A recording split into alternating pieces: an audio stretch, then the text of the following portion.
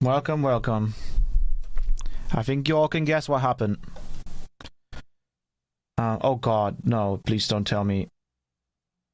Oh, please. Please spare me. Please don't tell me it's gonna crash again.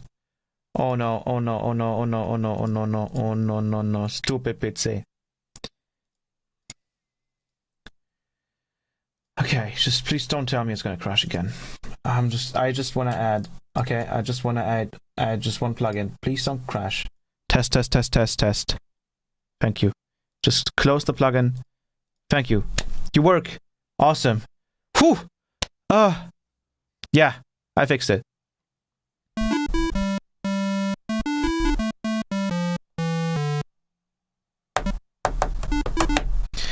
Fixed.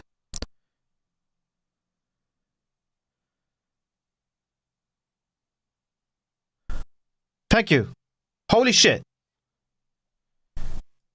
Holy shit. So the stream crashed. Again, whenever I fiddle around with whenever I fiddle around with the okay, let me go display capture properties. Done. Filters, added filters, add a crop pad. And I'll just filter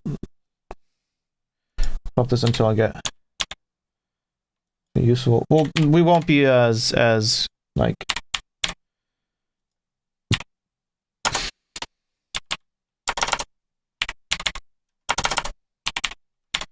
I don't care about it as much this time around. Also skin.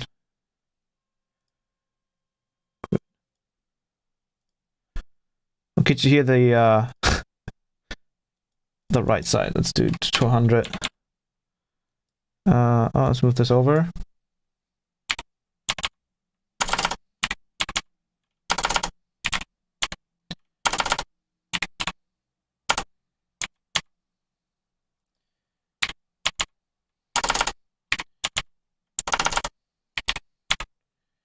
Thank God.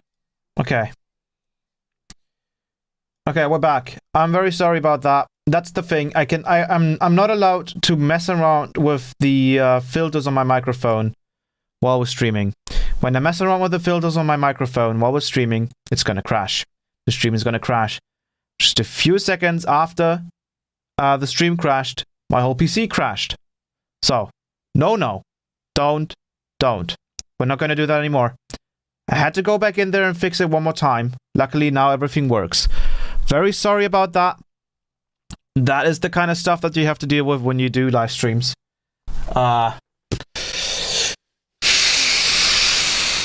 Very sorry about that. Hope you guys are still going, still interested in the stream, even though it just fucking crashed and disappeared.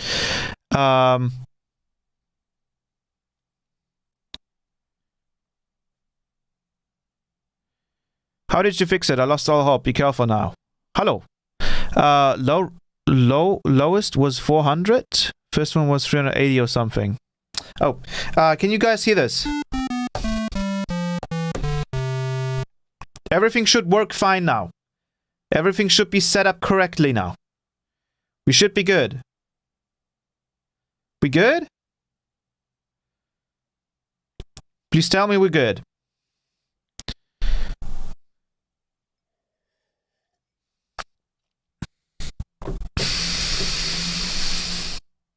Great. Okay. Everything works. We good.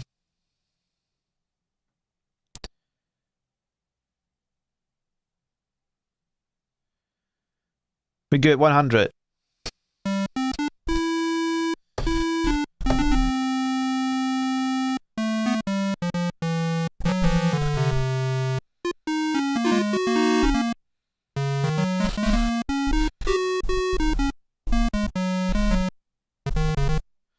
So, I think it's time to get back into it. I'm gonna just check if people caught up on the fact that the stream crashed. Cool. So, Everything seems to work. Hopefully, nothing's going to crash this time around. It could be that we just have too many things running simultaneously on one machine. It could be that, it's the camera, it's the camera tracking coming from my phone for the helmet, it's Blender, it's Ableton, it's the streaming software itself. Bunch of stuff going on, right? Can you just hold Alt and drag layer borders for cropping in Streamlabs? Yes, but for some reason on the whole screen it doesn't work. Cropping didn't work in that case. Don't ask me why. It's super weird. But okie dokie. We're turning down the master knob work. No, unfortunately, what was happening is my audio interface was sending both my voice and MICROFREAK to Streamlabs. And there was no way to either isolate it to the left or the right channel. There was only an option to mix down to mono, which means that we unfortunately have to use another plugin to do that for us. And luckily, FabFilter Pro Q free can do it, so I have FabFilter Pro Q free on my voice now, and luckily that way it works. But before that, unfortunately, I can also, by the way, just zoom into my face one more time. Unfortunately, trying to mess with Snappy before crashed the whole stream, and then afterwards crashed my whole PC. So that's really weird.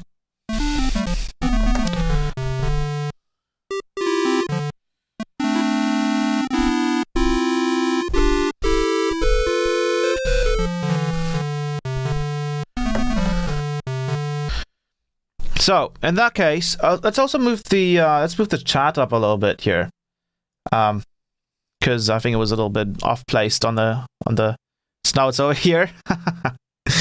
That's pretty cool. But yeah, hopefully a couple of people will pick up on the fact that the stream crashed and my whole PC crashed. I think this is definitely because of Streamlabs, because my PC otherwise never crashes if it's not about the streams. If it's about the streams, it crashes. Super weird. But yes. So, yeah, someone said try switching to OBS Studio. I might actually do that, because I have a subscription for Streamlabs right now. And because Twitch is not working, like, why the hell should I keep using that, right? Might be the fact that you're using Windows 11, just a thought. That could be it could be it as well. Right. Could be Windows 11 as well. But yeah. So, anyways, let's get into the actual subject of the stream. Let's just hope that the stream actually works. This is an entirely new setup. I haven't test streamed this yet, which I should have.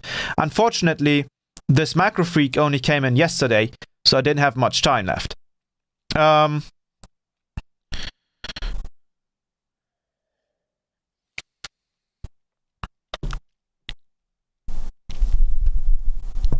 You have so much more control on the OBS Studio and less crash. Easier on the PC too. That's probably right. But it's just very convenient with Streamlabs OBS at the moment.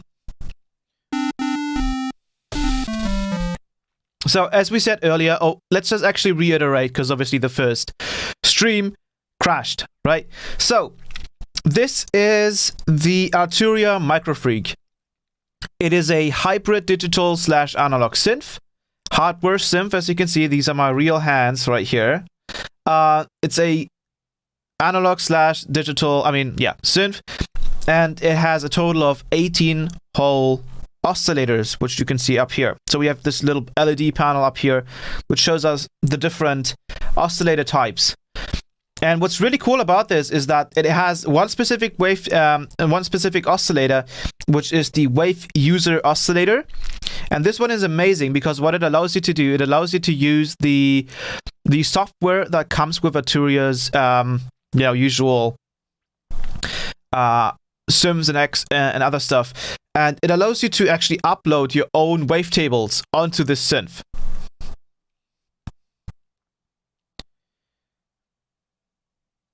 No, there will be no chips. I'm not going to be eating any chips tonight, okay? Is this a new analog synth? It's fairly new. I think it came out 2019. And so far, I've been loving it. I've been able to play around with it on Monday, but then unfortunately, the first one I had broke. I'm not sure why, but luckily this came in yesterday and it works. And today we're gonna be making some sounds with this. And the cool part about it is if I move this down here, you can see that there's a cable here, which is an audio cable, which is going directly into my audio interface. Hence why I was picking up both my microphone and the audio of this thing. And what this means is that I can route this to Ableton. And that's the reason why you can even hear it.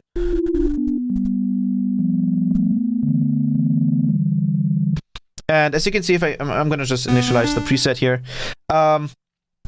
This synth is pretty damn cool because it has, again, a lot of nice coloring. Thank you very much. You want to see it close up? I'll just do a little focus here. Ooh, I think I have to go back a little bit. Look at that. This is a custom-made ring, by the way. This is not just like a ring you can get from like AliExpress or something. It's really hard to find rings like this because they're really inaccessible. It's really difficult to find them, and luckily this one was really cool. So I really wanted it. Let me try and see if I can fix it even further. There we go. There we go. That should be fine. So we're back. Yes. I'm very sorry for the crash. We were fiddling around with the microphone stuff, which we should never do. Luckily, we got it fixed now. If I play anything, it's just coming through Ableton and everything's fixed.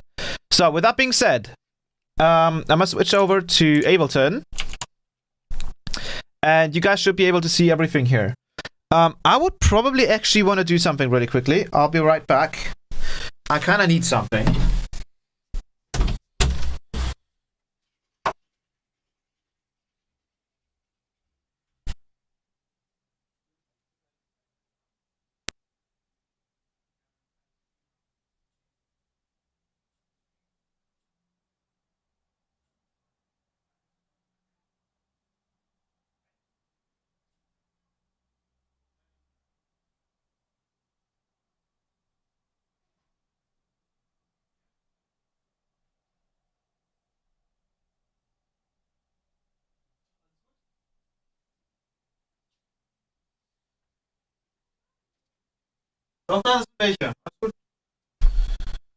Alrighty, I am back. Sorry about that. I just got myself a little device here so I can see the YouTube stream. Where are we at? Cool. Where are we at? Oh, let me turn on the volume here. Cool, we got 29 people watching. That's awesome. I can even see the top chat here. Where can I turn that on? Turn that back on. I still want to see the chat. Come on, give me the chat. Sweet. So, I don't know where to put this. I'm gonna just put this probably right before my screen here, if that works. Oh, this is a touch screen, so I have to be a little careful. Yeah, I guess that kind of works. Alright, so, with that being said, everything seems to work. Cool. Spoil nicht. Let me put the headphones back on. So this is a sweet old synth. This synth here is called... everything's working, right? It's called the Arturia MICROFREAK. And today, we're going to try and make some really sick whoops with this thing. Let me also turn on the overlay chat here. Can I see the chat, please? Thank you. Like the stream. This is supposed to be only size scope. I mean, you can't see only size scope right now, right? You can see like my hands and everything. I did not go for the chips.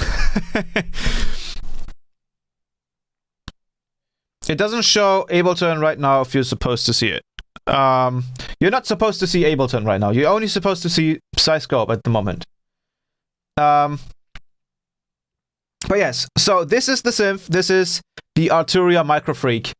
And this thing is pretty damn sick. We have 18 oscillators here, which are the basic waves, the super wave, wavetable, Harmo, it's called Harmo, the Carp Plus string, the V analog, wave shaper, 2 operator FM, formant, chords, speech, modal, noise, bass, saw X, harm, wave fuser, and vocoder. And as I said earlier, the wave fuser is pretty damn sick because this thing lets you actually import your own wavetables, which we will be making on the stream. And we will be taking some of the Serum ones as well. And we can just import them into the MICROFREAK. So as you can hear, oh, we gotta put this to here, and let's make it scroll. Oh, we gotta play the Ableton here. Let's zoom in a little bit. You guys can see everything? Everything is fine in volume and etc. Is everything okay? Everything's working?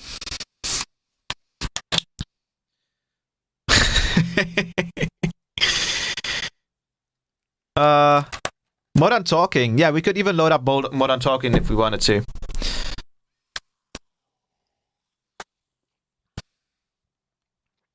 So the vocoder isn't actually a wavetable. The vocoder is I think like a saw wave or something. Then you can plug in a microphone and then you can use that. I don't like that thing with Syscope that you have to play it. What do you mean that I have to play it? Oh wait, let me get rid of the mouse there.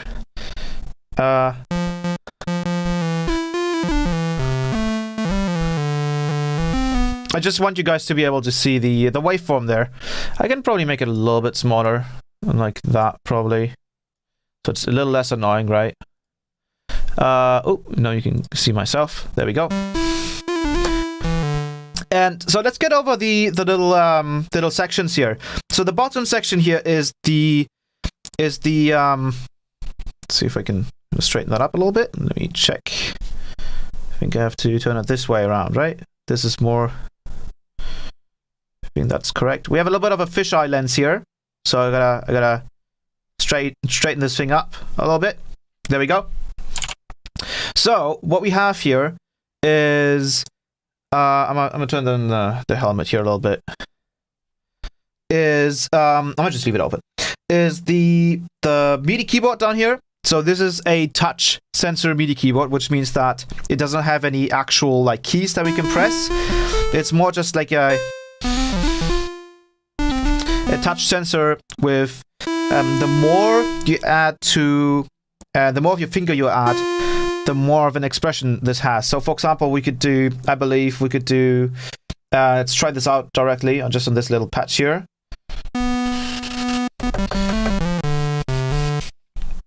I'll go to the LFO and I'll do the pitch, and then I'll go to the pitch and assign the, how did you do that again? Let's see. I remember that you could modulate. Let me check.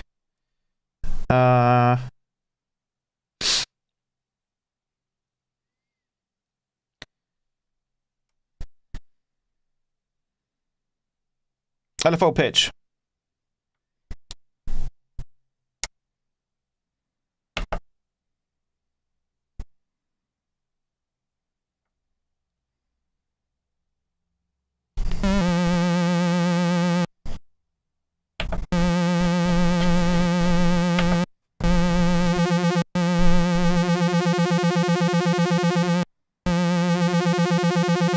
I think that was correct. So now we can just go back to the LFO here and just turn it off, I believe.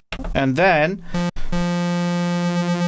correct. So now this assign knob here with on the press here will allow me to use the LFO on the pitch.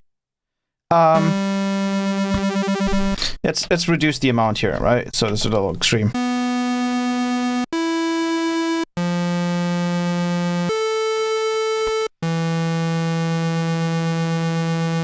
And here we can change the rate of the Let's turn that up a little.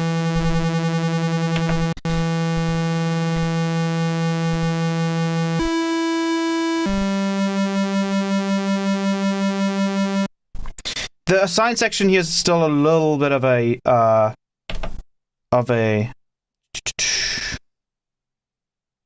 that should be correct. And then we'll do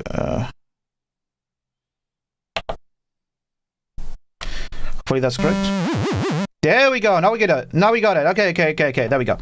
Sorry about that. This is the first time I'm trying this kind of thing. So now, the more of your finger you have on a individual note, the more you can kind of get a little bit of an expression here. So let's try. Let's remove. Let's reduce the amount here to maybe like 0.8.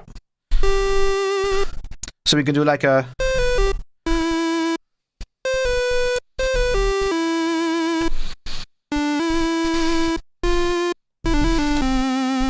Which is pretty cool, right? Oh, you can like weirdly see my helmet up over there. That only seems for respaces. Oh yeah, you can do a lot there. And the next part is the pitch bend, of course.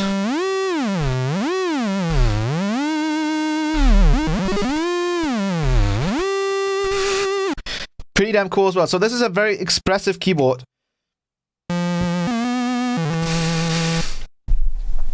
And then, of course, you have all of these 16 oscillators here, which is the basic waves, super wave, wavetable, harmo, car plus string, V analog, wave shaper, 2 operator FM. You've got the formant, chords, speech, modal, noise, bass, saw-X, harm, wave user, and vocoder. So there's also a bunch of presets which we can load up. So this is the main preset knob here, and we can just change the presets.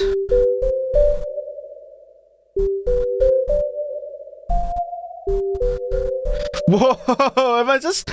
Did I just play the freaking Fortnite? Oh no!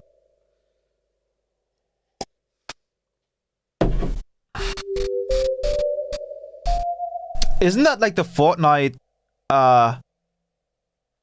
lobby sound?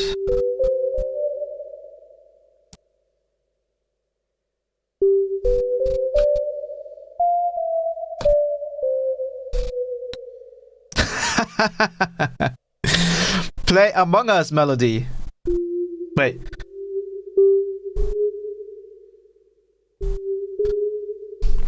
Chuck Chuck music.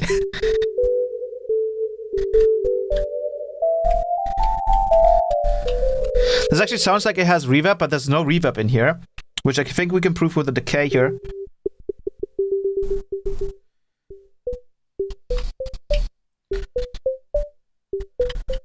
But what's really cool about this is the fact that we can obviously load that, since we have this routed to Ableton, we can add our own reverb to this whole thing. So we can just load up something like Valhalla Vintage Verb. Let's turn on the gain here.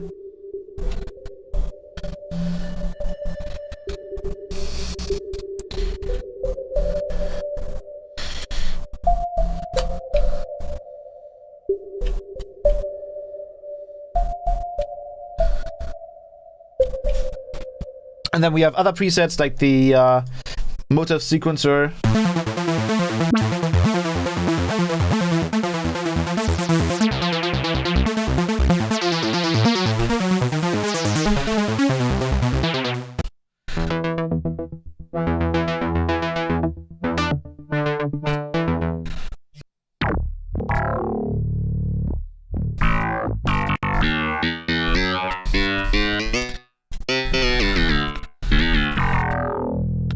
Then we have, obviously, we have bass presets, we have key presets, we have pad presets.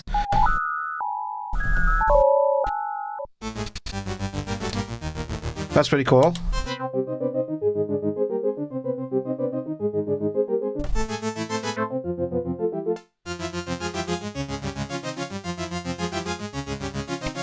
Does it sound any different from Serum? It kind of does in some degrees, yes. So what's the one thing about this synth that is absolutely analog and obviously all of this is hardware.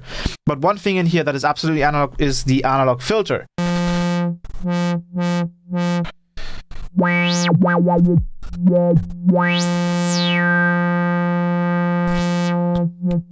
I think the warmth from hardware is rather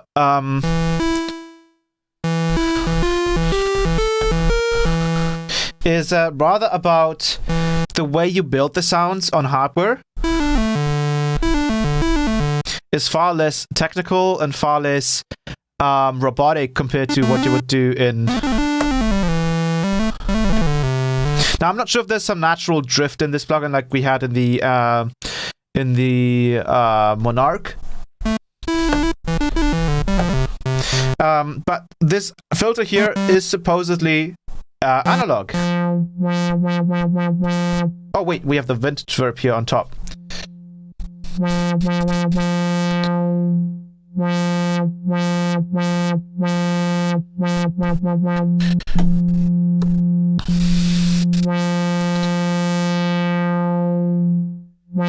So as you can see, we have, and the really cool part is that we have a low pass filter, we have a band pass filter.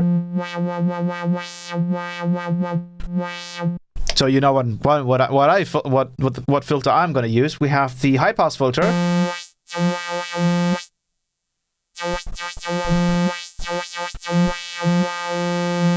Whoa! Wait! Wait, what's happening?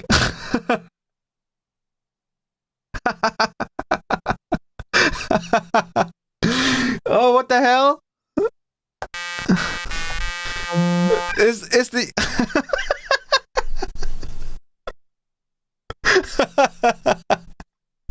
oh, someone needs to clip that little movement there I did. What the hell?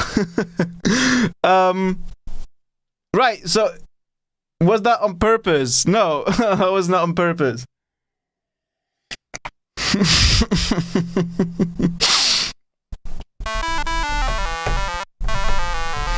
So it seems that the analog filter is controlling my helmet.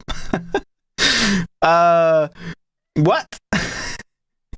That is not supposed to happen. Why is that controlling my helmet? What the hell?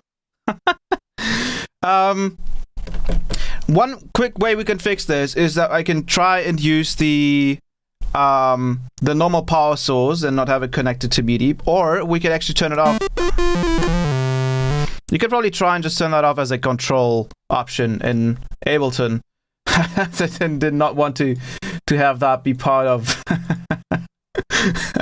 That's analog power. Yes. So I mean, remote is turned off on this thing. So I don't even know. I don't even know why that's controlling my helmet. That should not be controlling my helmet. Okay, now it's not anymore. Please just keep it.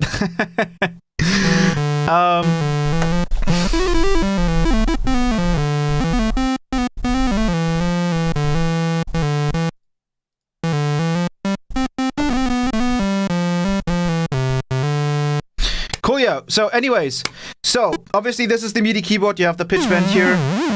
You have the different wavetables. The different oscillators, which we're going to go over, and then you also have a glide option over here.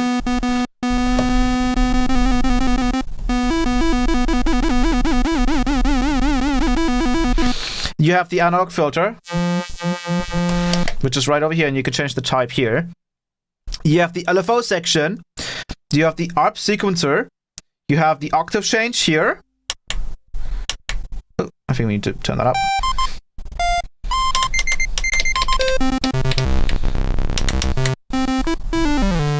And then we have this really, really cool one, which is the cycling envelope.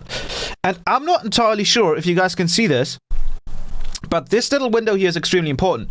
And if we move the... we have 4 different knobs here, which is the rise, the fall, the hold, and the amount. So the amount is obviously the amount of the envelope.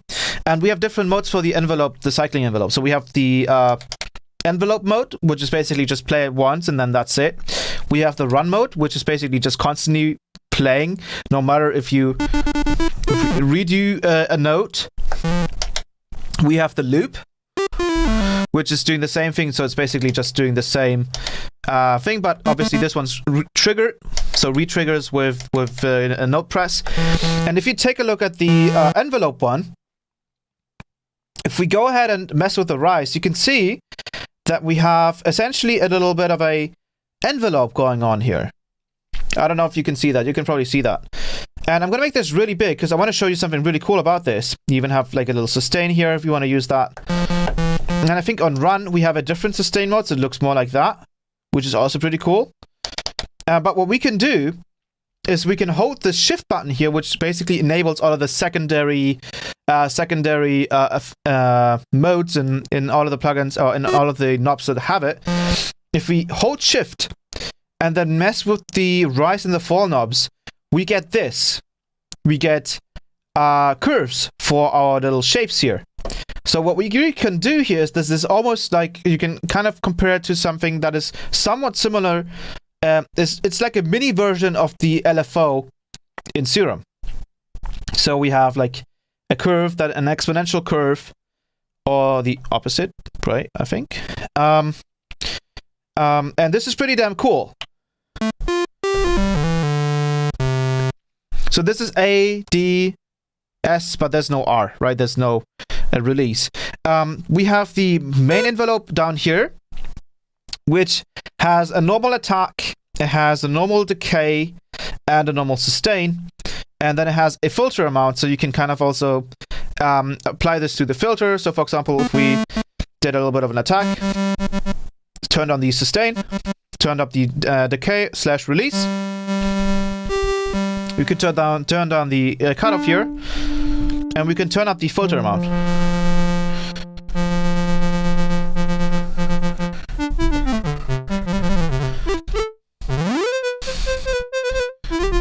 So it's a very, very quick way to just kind of, you know, to get filter movements. And what's really cool about this is that we can actually turn off the amp mod here, and then we can just kind of use it as an envelope for anything else. So now the oscillator is just playing, you know, a sustained note that just cuts off immediately when you stop playing it. Now you could use this envelope for something else. Which brings us to all of the modulation capabilities of this plugin, which is also really, really cool. And that is this whole section here. This section here is awesome. This is the matrix up here. This little section right there. And actually, let me just quickly play some background music for you guys. So let me go. Where are we at? Let me check something really quickly.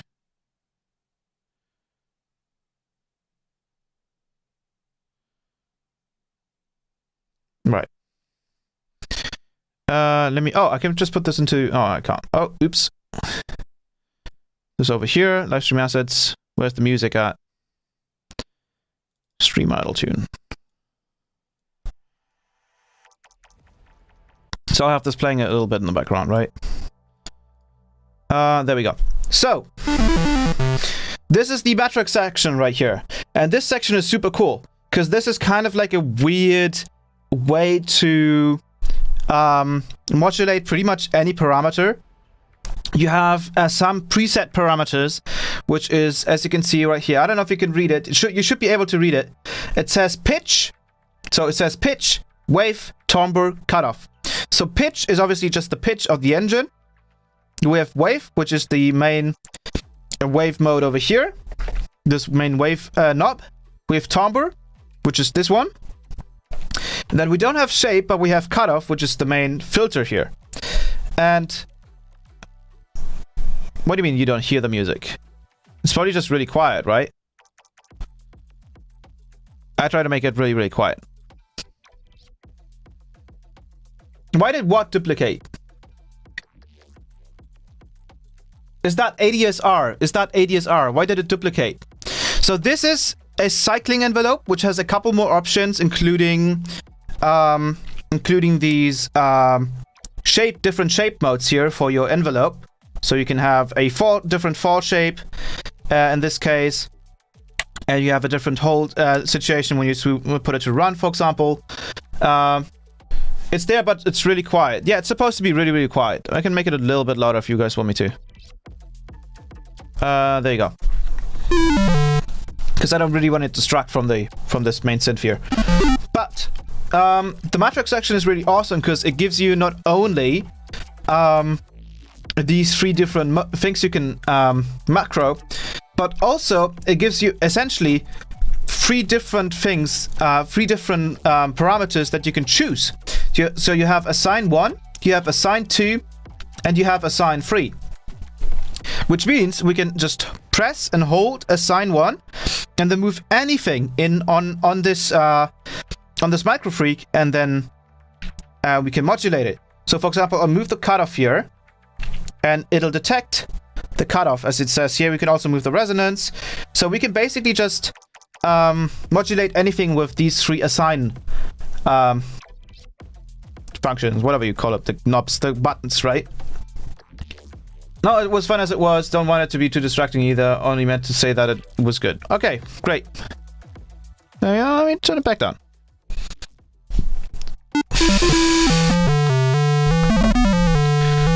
Okay, so with that being said, let's actually get into the sound design bits. So we have a couple of presets here that we can go through. And we also, and I gotta really quickly check if that is actually turned on, which seems to be for browsing. And go down to oscillator knob speed. That is put to fast. Awesome. So obviously we have all of these different presets. That one's, for example, pretty sick too.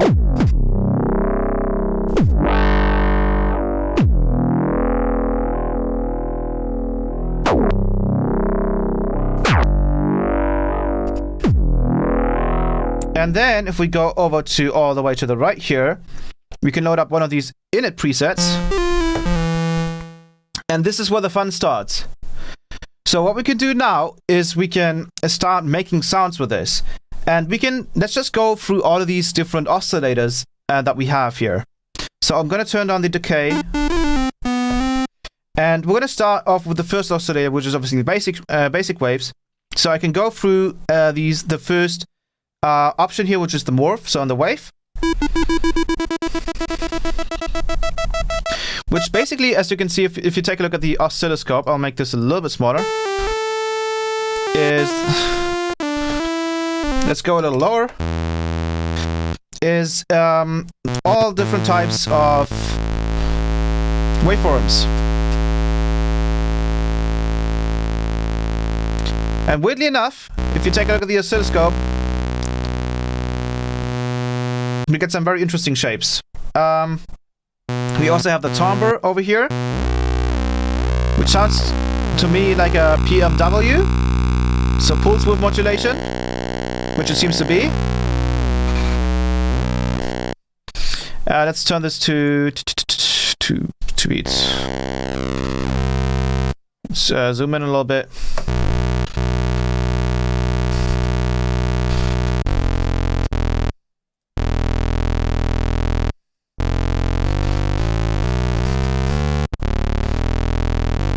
Can you import custom waveforms? Yes, you can. That is the really amazing thing about this thing. So this is the first oscillator, which is basic waves, and then you also have a shapes function, which is a sub oscillator that's added on top.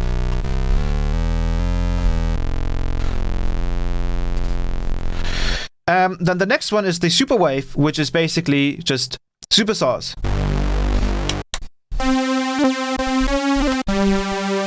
And then here you have the different.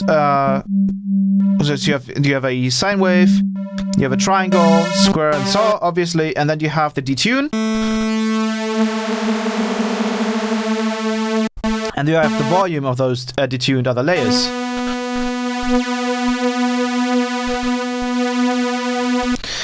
But where it gets really interesting is when we turn on paraphonic.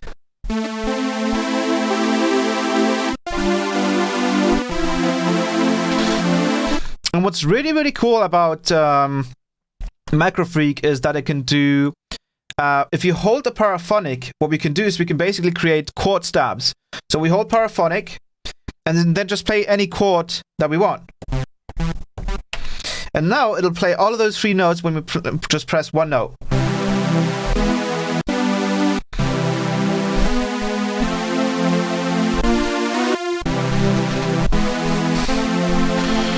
But here's the thing, right? This stuff is not in key. So we can actually go into Utility, scroll up to Preset, and go down to Scale, and then pick a specific scale. And in this case, we're going to pick major. And then root note is going to be C. And then if we play,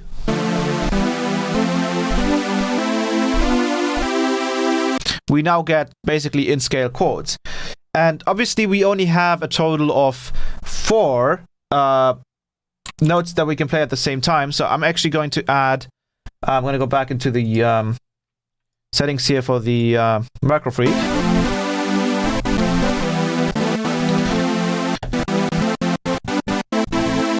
And what I'm going to do is I'm going to use the, what is it? The, we need a serum in here.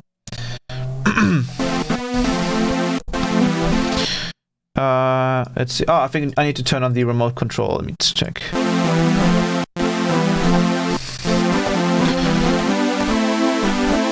And then I'm going to turn this down to octaves. So this is just a serum playing on the bottom. I'm going to add for unison as well.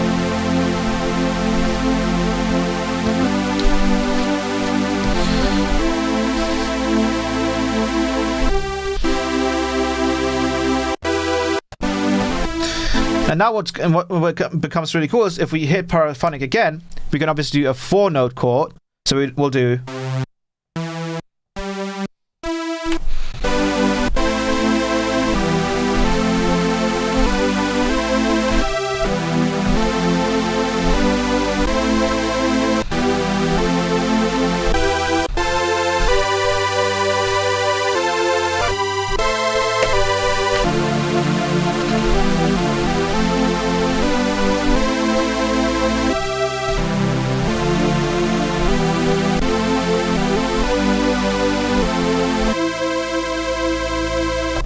Sometimes it'll hit all of the chord notes, sometimes it doesn't. I'm not entirely sure why that's happening.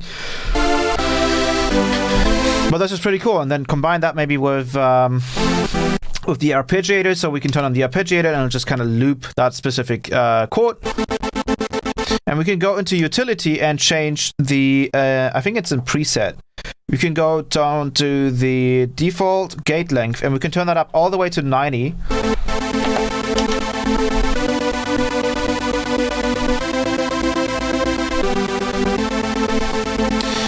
And now we can, for example, mess around with the sustain here. So we'll turn down the sustain all the way. Turn up the decay. And then we'll turn up the filter amount. And then we'll turn down the analog filter.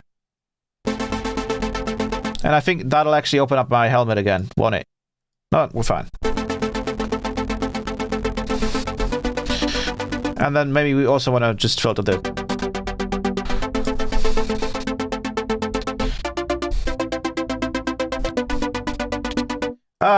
IRL stream. Yes, an IRL stream.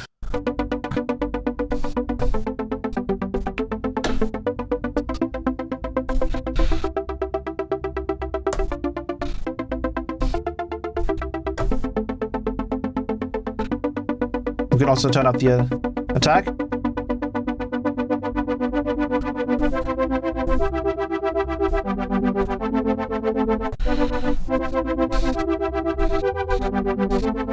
That's pretty cool. And we can also change the BPM here. So obviously if we wanted to go with something like drum and bass-ish, we can go 174. And then we can click on the rate of our arpeggiator and then go down to 1.8.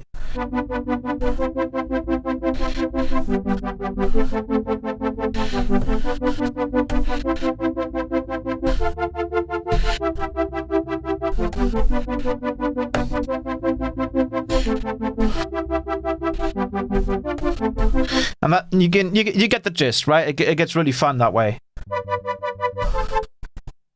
Rip automated helmet. Oh!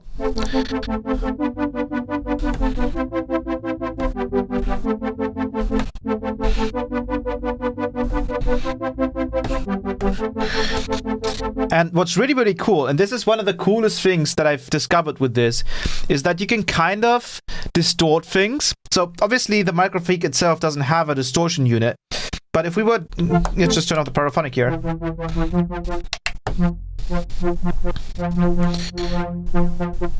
Let's go down and let's get rid of the serum here. What we can do, and this is really, really fun, is I can actually turn up the volume into my audio interface and have it distort inside of the audio interface. Like, it'll distort, yes, and you'll even hear a little bit of noise, which we will also fix in a minute.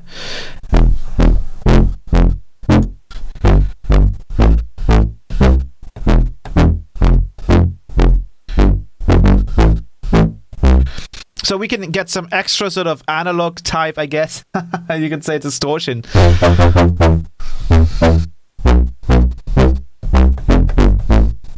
Let's go back to the preset here and change the scale back to off, and then we do.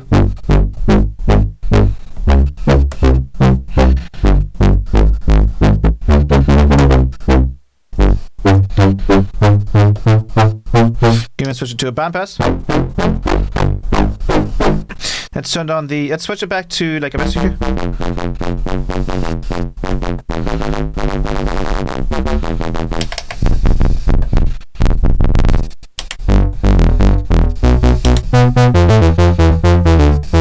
So that's pretty cool. We can get some natural distortion just by running it into the audio interface.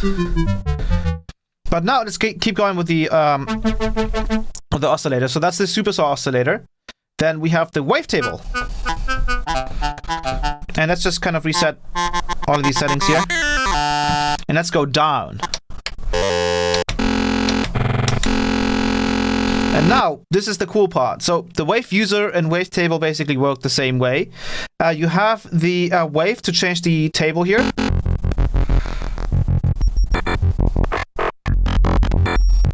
And then you have the timbre, which is your wavetable position.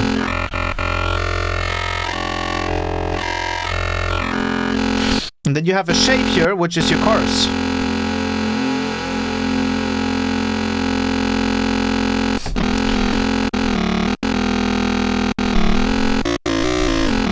And already this very first wavetable sounds pretty damn gritty.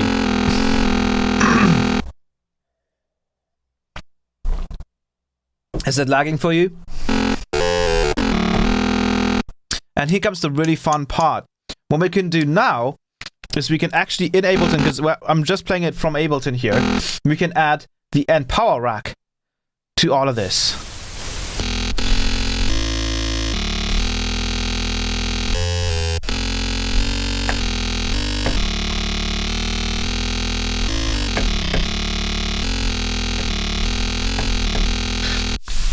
Hi Nasco, how are you doing? I'm doing great, how about you? One thing you will notice though, of course, is apparently MICROFREAK has a ground noise. So if we were to take a utility here and just keep pushing it, you will at some point hear white noise. And this is the white noise that's coming from the Arturia MICROFREAK. So what we can do is we can use a plugin which is called, and I'll put this back here, which is called Brusfree. If we go to plugins and we load up Brusfree, and this is a paid plugin, so I had to pay for it, what we can do is we can make it learn that specific noise. And what we'll do is we'll just click on the learn button here and just hold it for it to basically figure out what the noise sounds like. Then let go of it, turn off the look ahead, we don't need it. And then we can turn down this threshold here. It's actually turned on already quite a lot. But now when we turn on the end power rack, and we keep turning this down, it almost acts as a gate. And you can compare it without the Brusfree. We get that. And with it, we get a very, very clean sound. And this is very much different to a gate. So for example, if we were to load up a gate in here, let's load up a gate and just use that. The issue with the gate is that if we use, for example, something like a low-pass filter,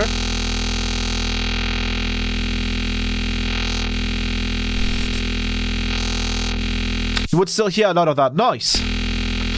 While with the brush-free, a lot of that noise gets eliminated. So for example, if we had, say, an LFO on the cutoff here, which we will do right now. So I'll just turn on the rate.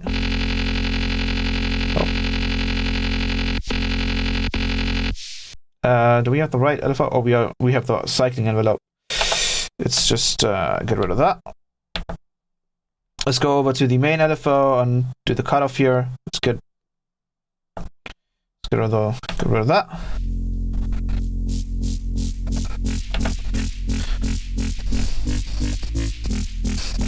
So now that we have the LFO on here,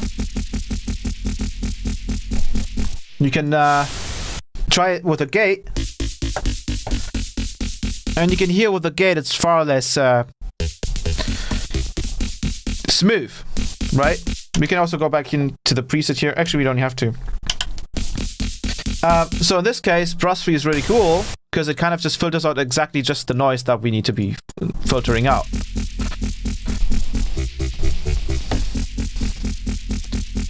Or does it diminish quality? Isn't a gate before the rack also an easy solution? Yeah, so again, as I said, the gate here will still push the... we can even try the... You can hear the difference between brush-free. So this is the gate. And this is brush-free. So a lot more true to the original sound. So, and now what we can do is we can really get into the sound design aspect of this. So let's get rid of this. And let's try to understand how we can actually make this work. So obviously we could just go ahead and just switch this to the bandpass, turn up the resonance, and, you know, play a note and then move the cutoff around. But that would be kind of boring, right? So we want this thing to automate it for us. So we're going to use the matrix.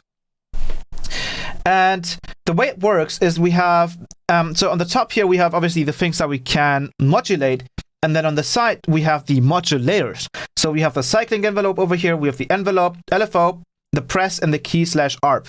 And we're going to go for this particular sound. We're going to go with the cyclic envelope because we can also obviously control the ramps here. So the curve. So what we're going to do is we're going to automate the volume first. So we're going to go to the sustain here.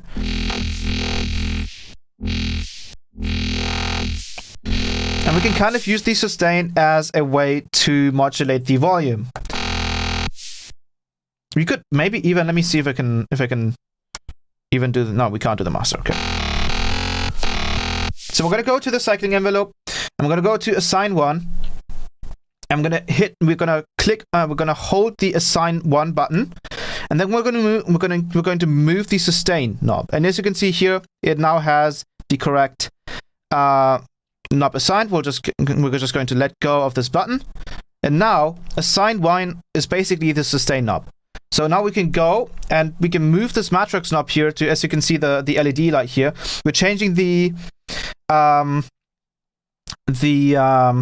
what do you call it? The selection.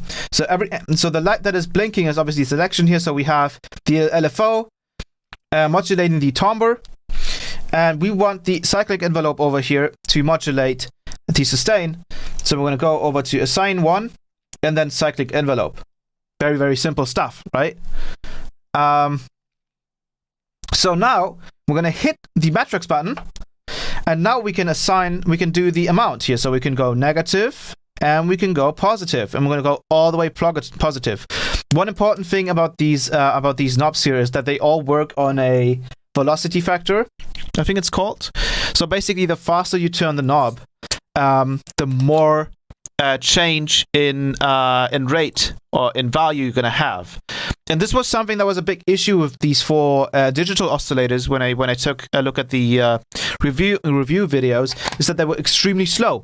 So you would have to turn the knobs here like 10 times to just get from oscillator table 1, wavetable position 1, all the way to 100.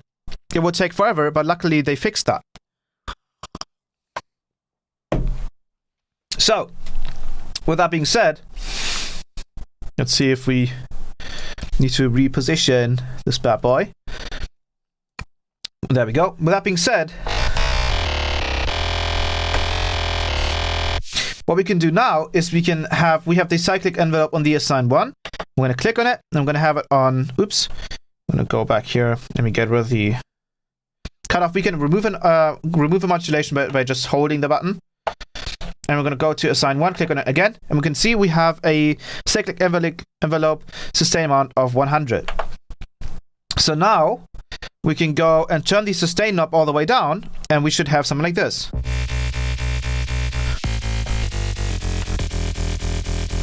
We can also go back into the brush tree. And what's really cool about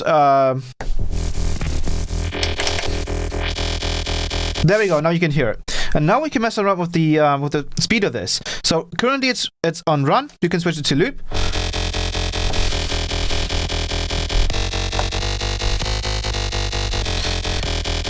But what we want to do is we want to put it on an envelope, so it's only playing once. And let's go back to the brush tree here. Let's click on the learn again. Let go of it.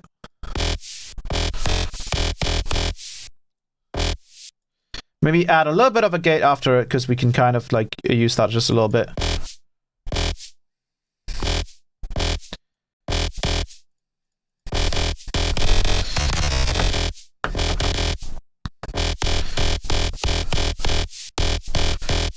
Potentially.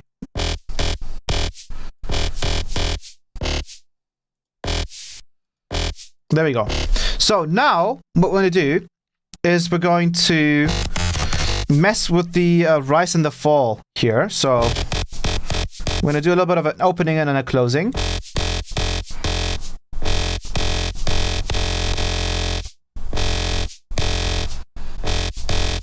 And then the next thing is we're going to hold shift, and then we're going to mess with the shape. There we go. Give it a little bit of a transient here because of the gate, probably.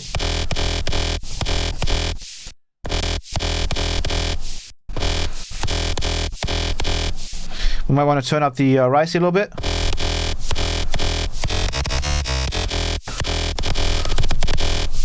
And now the next part we can do, let's turn the start fader,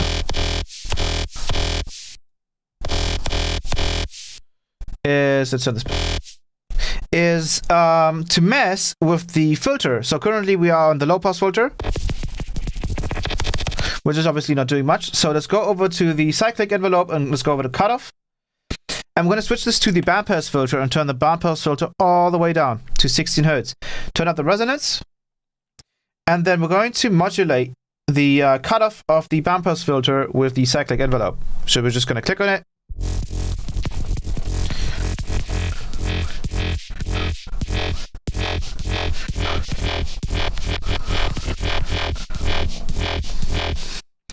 And there we go.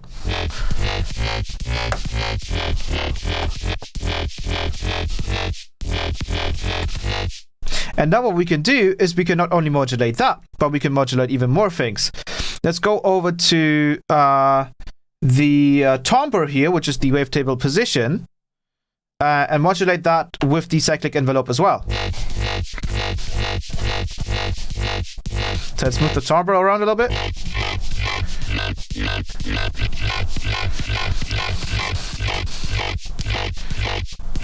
There we go.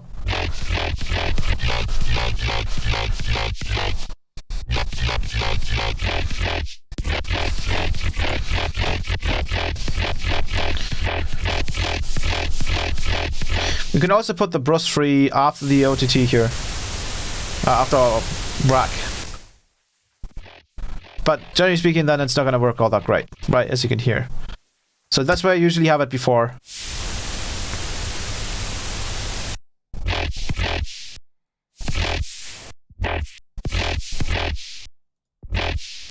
And then maybe we can have the gate on as well. Turn up the OTT time here as well, of course.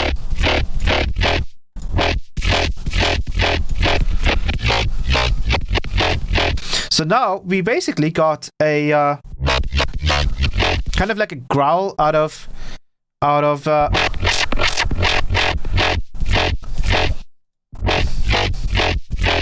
synth.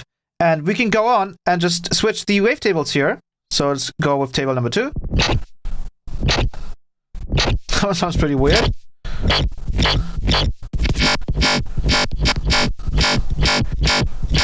Let's click on the matrix here and reduce it. Reduce the amount of timbre.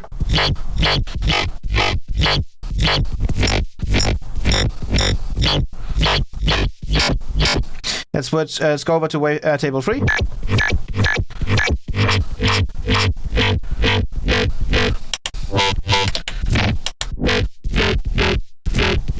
Now here's another thing, right? We don't have any sub on this currently. So we could kind of simulate the sub using, you know, a separate serum and stuff like that, which we could do if we wanted to. Because funnily enough, when you have MICROFREAK connected with USB, it also receives MIDI. So what we could do is we could add a serum. Let's go add a serum in here, and then we can switch that to a basic shape.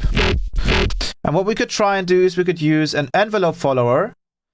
I'll go back to Alt 4 so you can see my main screen. It should be correct. Oh, I mean Alt 2.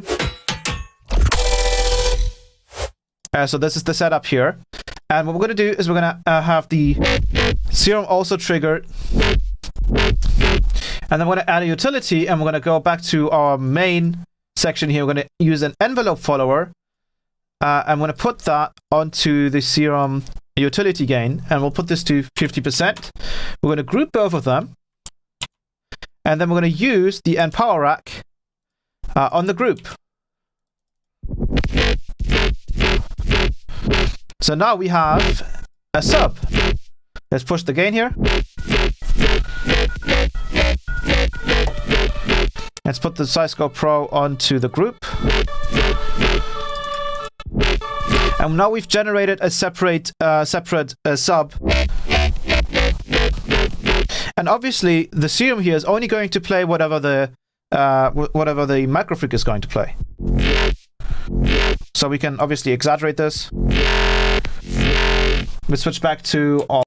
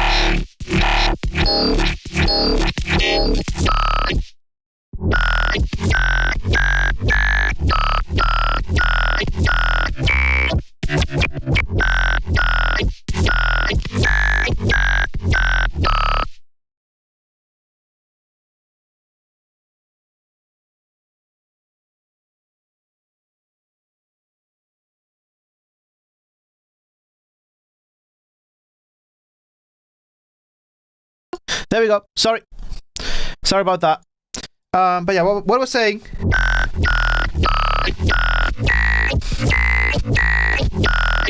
That was just changing the wavetable position.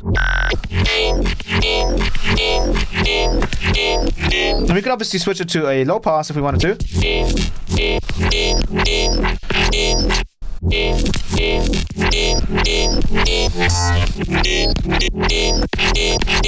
Push it back to a bandpass. And now comes another cool part about this. we can go over and use, instead of using the wavetable, we can use the wave user oscillator. And this is a banging ass wavetable oscillator because we can import our own wavetables, and I've done so already. The very first wavetable I have in here is just the basic shapes from Serum. And then the other ones are, the second one is the digital distortion, I think it's called. So if we go through...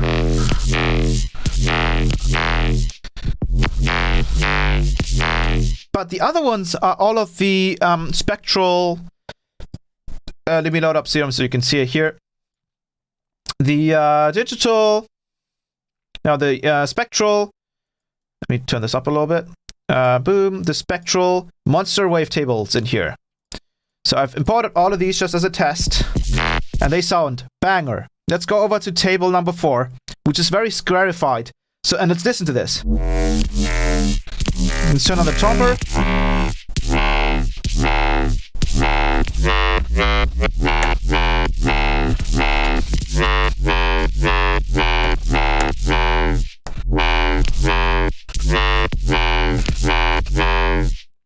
And then obviously we can... And if we wanted to, we could, for example, turn off the amp modulation here on the envelope. And we could use this as a little pitch envelope. So let's go over back to the matrix, let's go over to envelope, and let's go to pitch. And let's turn that up. And now we can change the decay.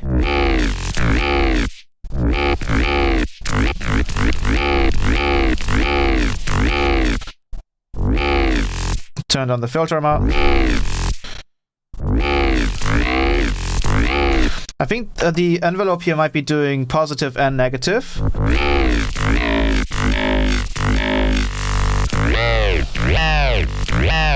Sounds like it's doing that. I wonder if you could change that. I wonder if we could go to assign to and move the pitch bend. Does it recognize it? Probably not, does it? No, it does not. Well, in this case, let's remove this. So I'm guessing that the envelope here is going to be bipolar, which means it's going to modulate upwards and downwards. In that case, we could use something like glide and just turn up the glide here.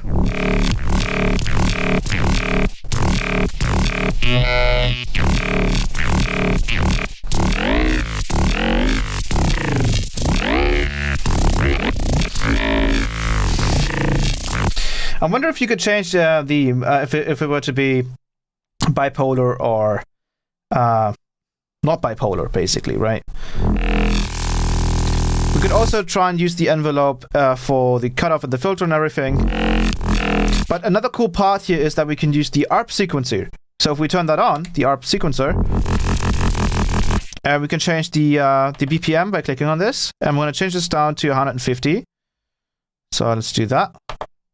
And then let's change the time division to 1/4.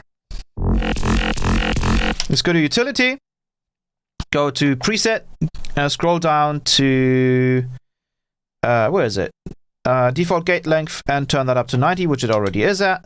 And now we can kind of just have like a 1/4 rhythm going on here.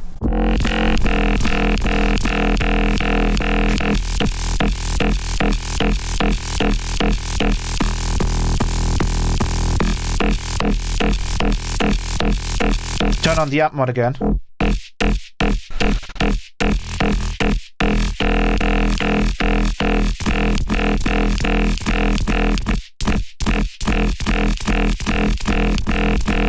Let's mess around with the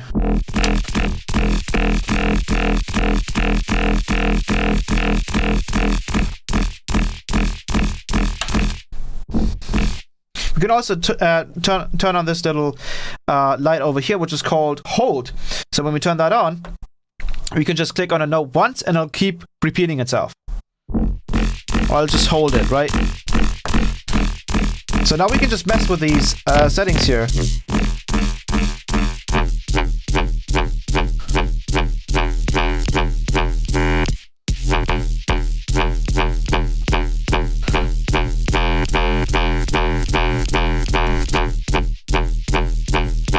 No, hold shift.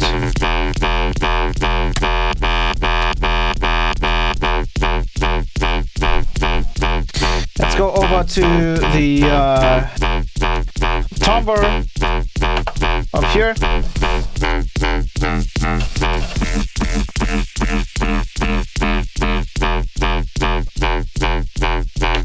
Cool.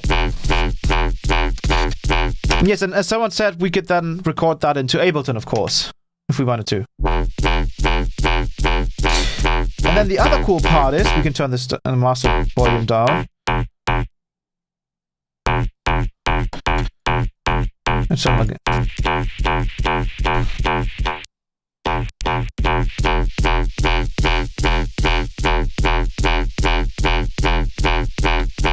The other really cool part here is that we can now use the LFO to change the wavetable position.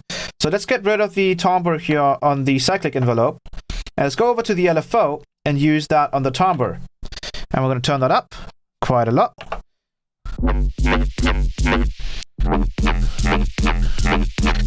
Now we get all of these weird, interesting rhythms happening.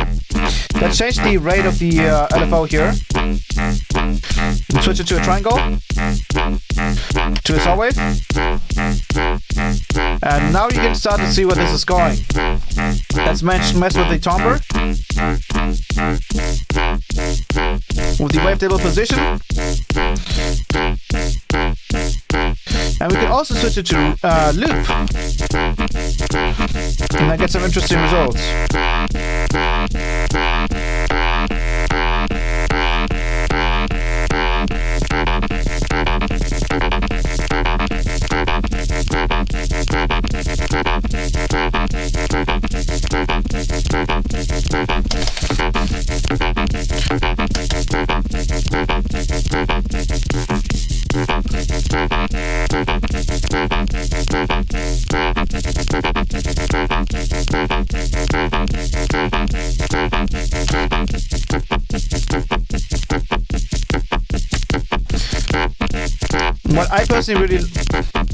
What I personally really like doing here is to do like two very fast, low slopes like this, as you can see if I mess around with these. Low slopes like that. And then I like to use the, on the loop mode, I like to use the hold sustain to get that sort of rhythm kind of LFO shape going.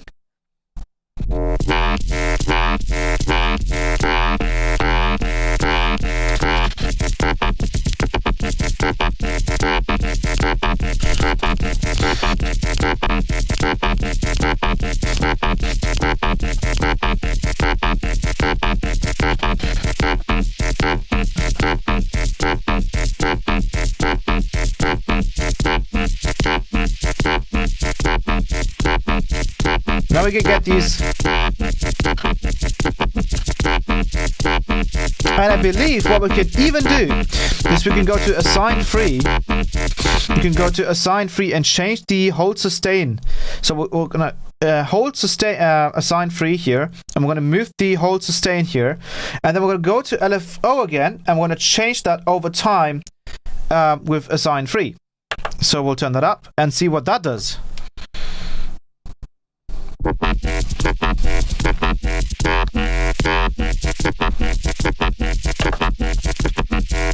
Oof!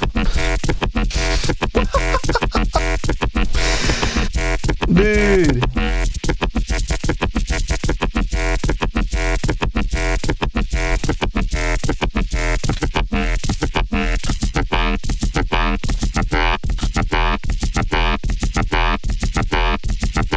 So basically what's happening is that we're changing the speed of this LFO using the sustain here. And we're basically ramping it using the LFO, which is pretty damn crazy. Change the wavetable.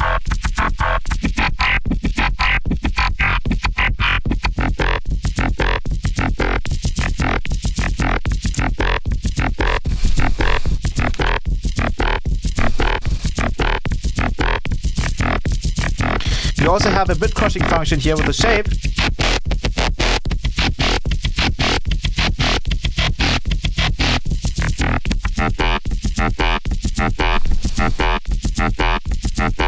Now, we don't have to use wavetables, even though they're probably the perfect thing to use this thing with. We can also use other oscillators here. Let's try, for example, the two operator FM. Let's see what that does.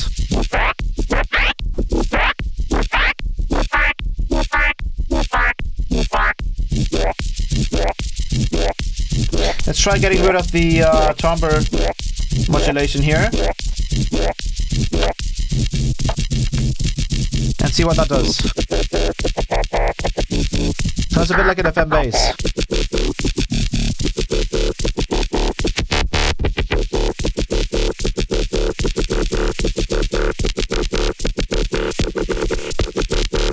Let's go over to the cut up here again. Turn that up. Oops, sorry.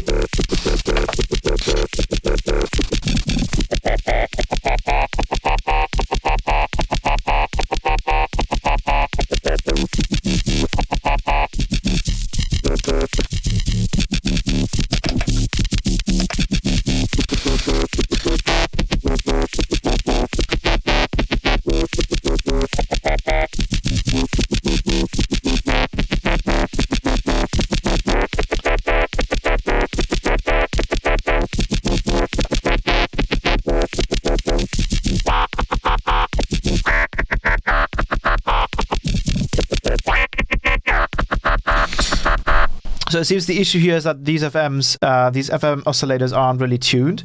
So it's just like the wave here is basically the tuning.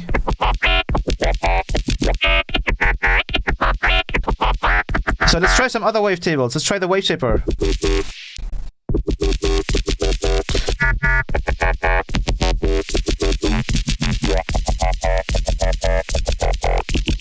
Ooh, we're getting some growls out of this.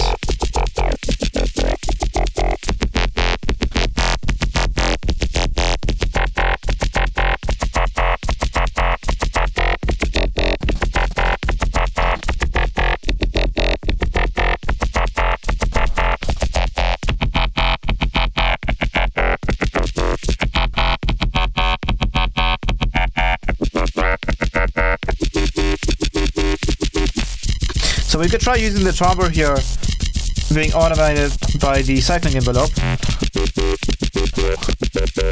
What?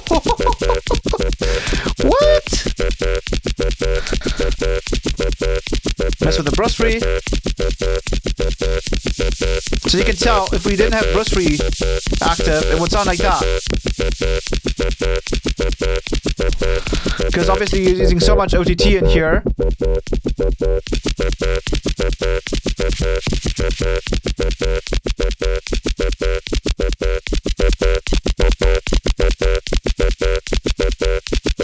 This is pretty damn sick, right?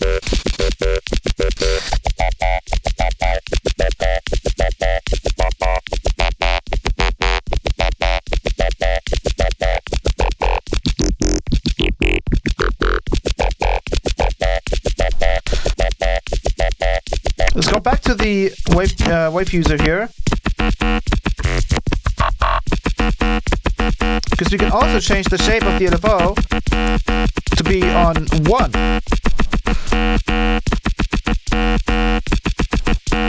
So we get an even longer rhythm.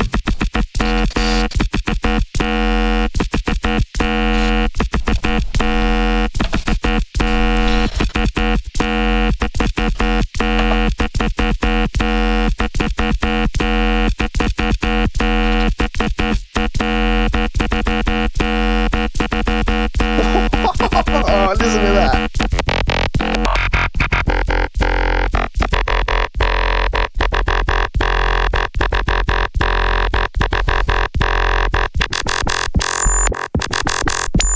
Ooh.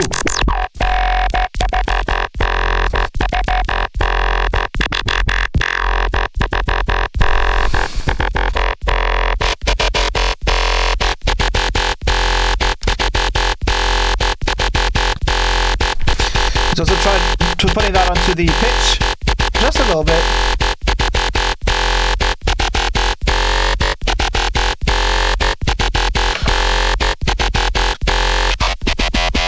Oof.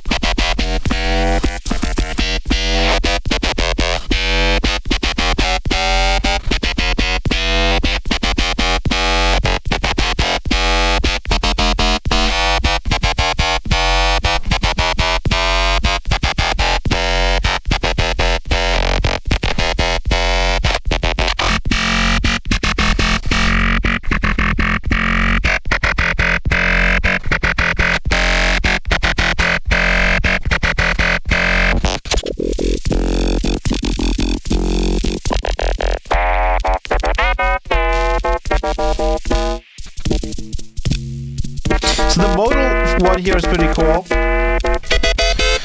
And we have the format one.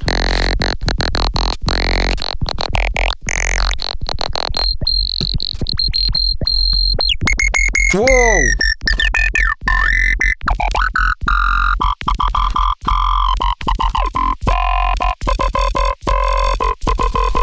Whoa, let's go to the wave one and modulate that with the cycling envelope.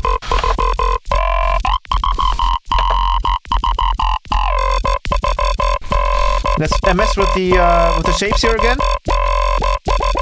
So we can get something like that.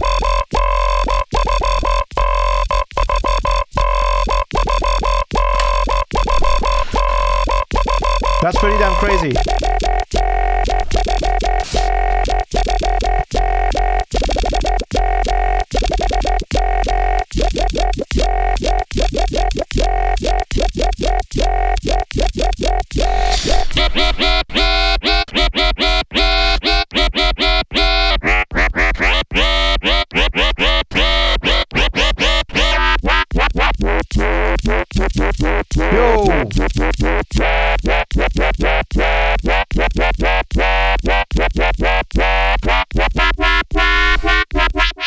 Yeah, that's just FM.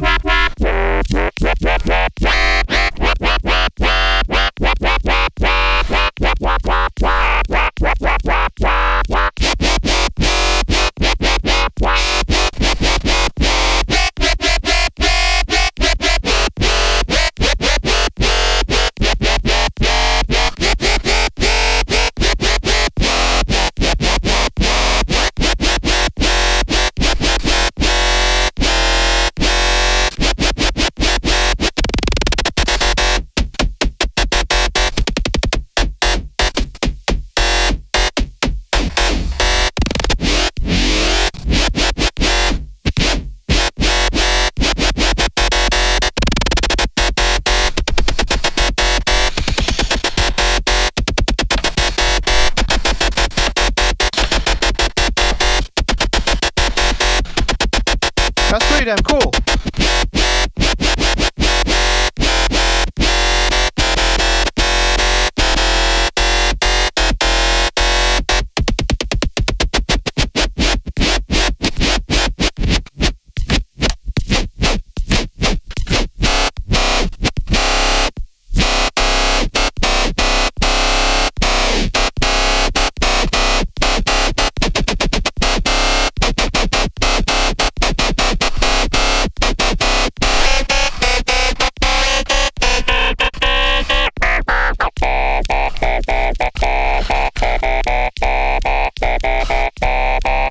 Damn, listen to that.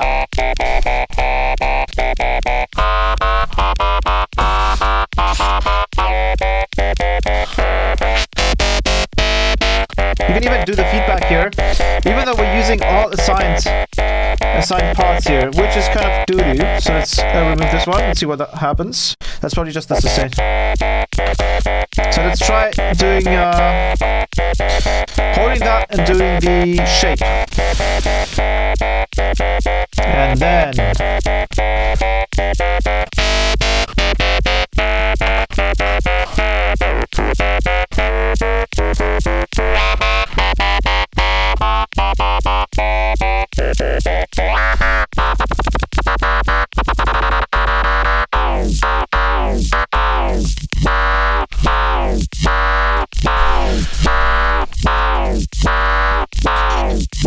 let's go in here.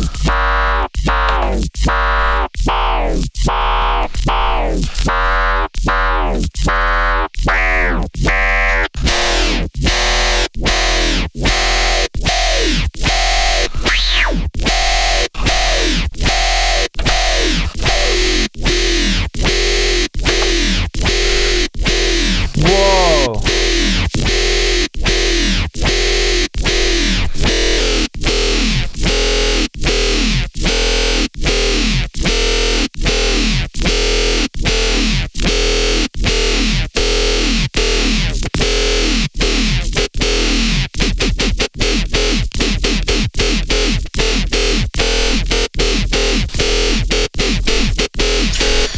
Let's try. Okay. Stop with the volume there.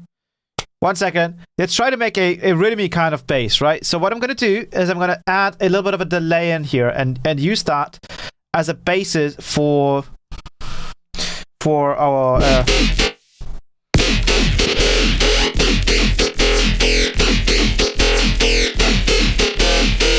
So we're going to try and make a kind of like rhythmy bass out of this. So we're going to go back to... Let's use some of the basic waves of the wavetables here. I think the first one sounded really, really cool. And what we're going to do is we're going to change this into a more like rhythmy kind of shape here.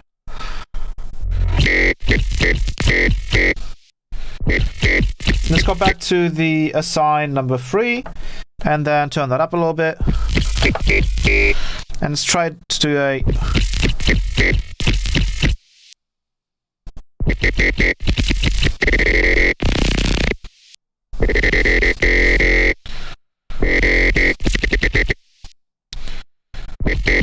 Let's try making this a little bit faster. Let's go to this LFO pitch here and just remove that automation there.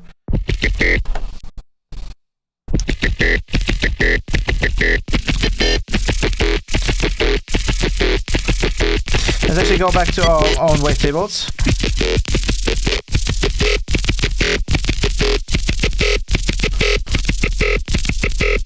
I want this sound to be super tight. So I'm going to go back to assign 1. I'm going to assign this the same. I'm going to turn on the delay.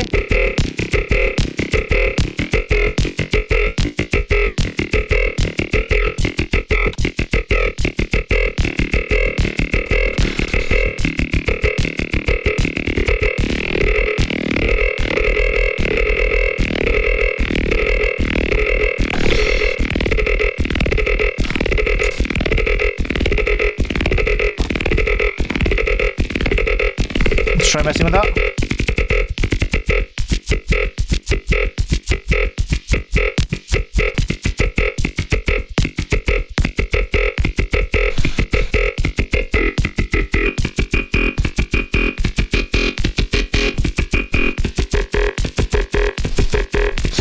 Try to get this sound right.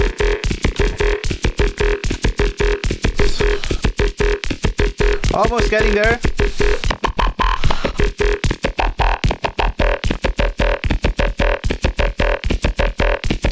Let's maybe change the LFO shape.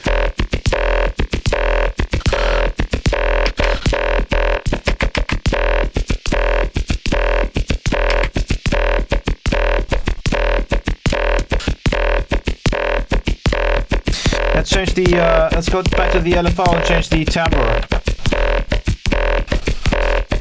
So changing the timbre here. Let's go back to the cycling envelope right here. And let's just get rid of the timbre.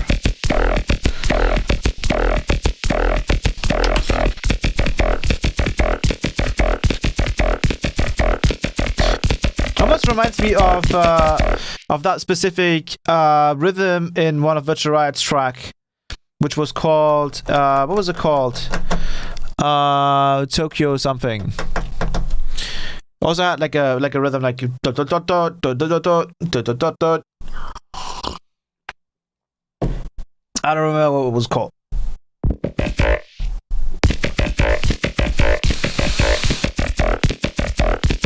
Let's turn on the feedback here.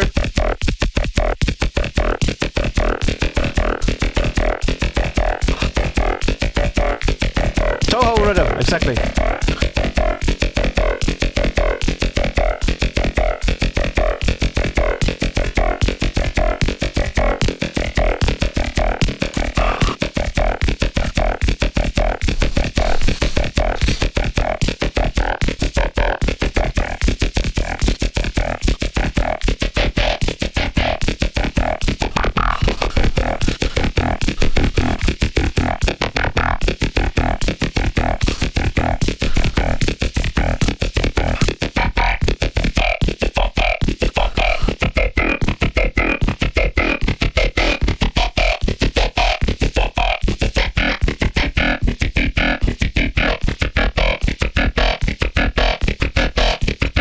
Okay, so for now, this is what we'll have for now. And what I'm going to do now is I'm going to make a couple of serum presets. Wavetables that I'm going to import into Microshift. And this is going to be super fun. So what we're going to do is we're going to go back to number 2 here.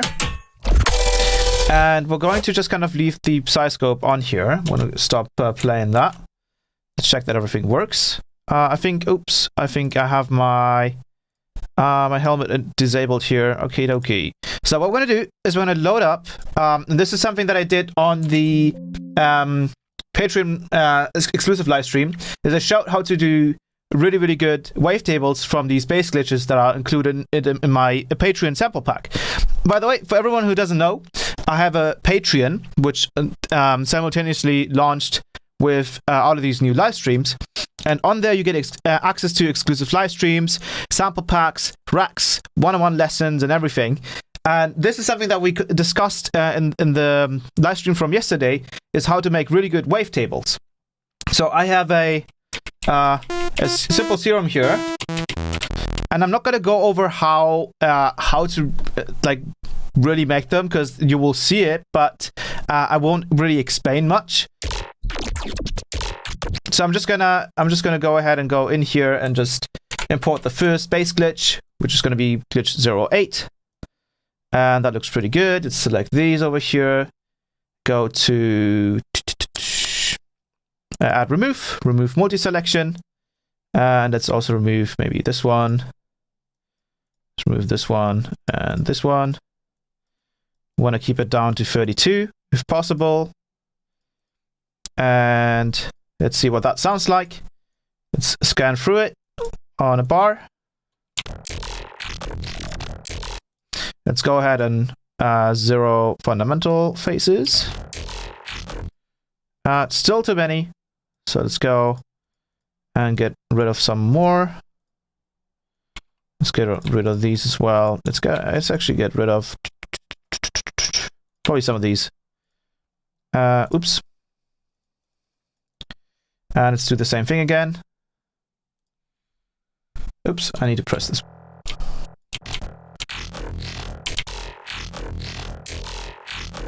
I think I actually need to go a higher note in this case. So let's try something like D0.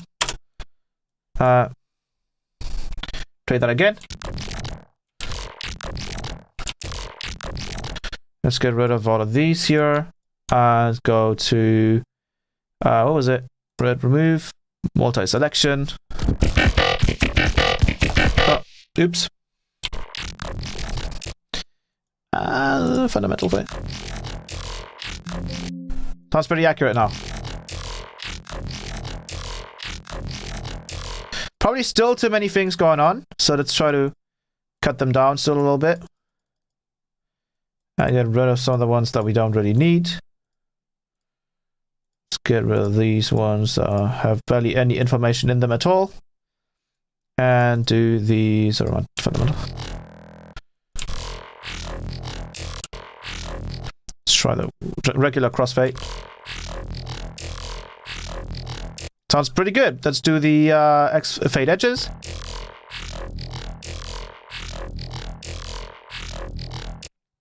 Now, we're going to do a couple of these, and we're going to open up the... I'm going to quickly check if I can do this safely. Let's open up MIDI Control Center. Man, we have so many programs open. Hopefully this doesn't crash. Jesus Christ.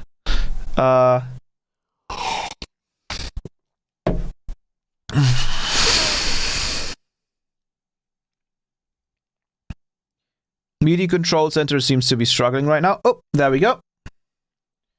So let's go back to Alt-2. And so here, in this software, we can go over to the wavetable section on our MicroFreak. We're going to wait until it's finished connecting. And here in the wave user, we can actually drag in our individual wavetables. So this one that I just created, I'm going to go and normalize same each for all frames. And I'm going to save this. So I'm going to go export as 16-bit WAV. And I'm quickly going to check that I can do that safely. So let me just do that again. 16-bit. I think most wavetables are 16-bit, right? Or are they 32-bit? Let me check. Documents. Xfer, Serum presets. I'm going to go to tables. And I'm going to create another one, which is going to be called user WT. And we go to, for example, digital properties. Yeah, these are just in 16-bit. So user W, I'm going to call this base glitch 01. And I'm going to go ahead and do that again. Yeah, that's totally fine. So let's go back here. And then what we're going to do is we're going to drag in the next one. So we're going to type in D0 again, probably. And I'm going to do this one. Probably a little lower. Cool. Let's get rid of most of these.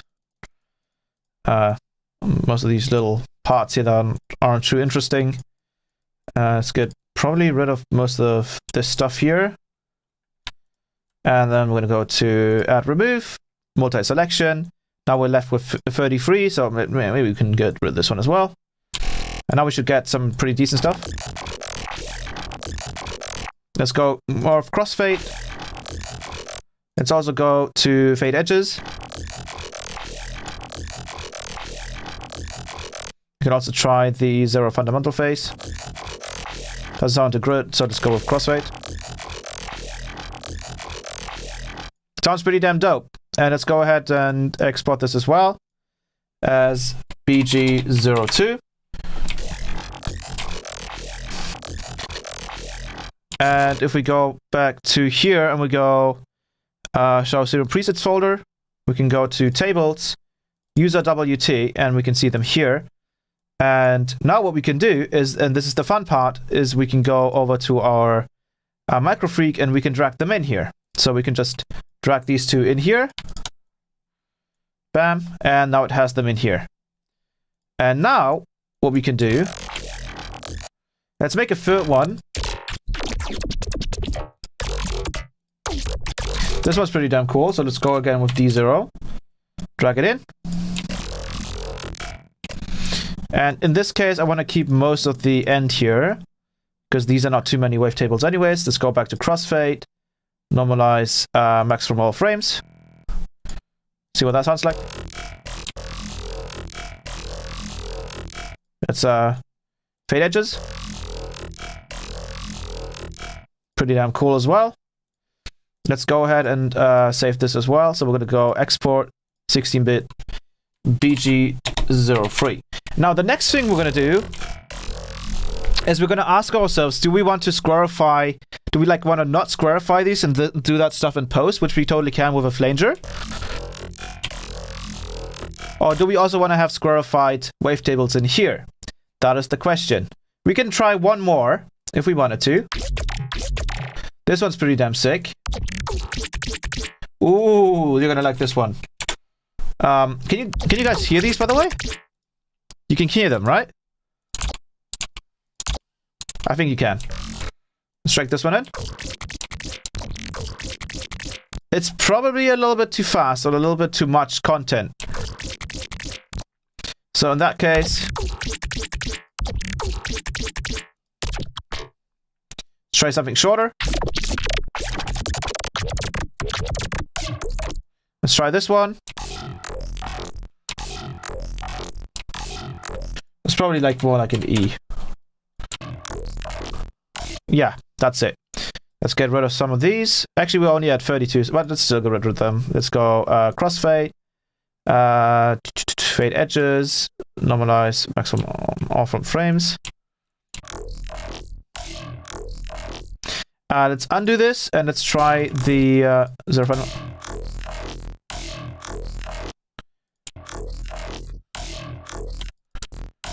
Let's try the crossfade again. do a fade edges, and then awesome. And now let's actually squarify this one. Let's go back to, let's go normalize each.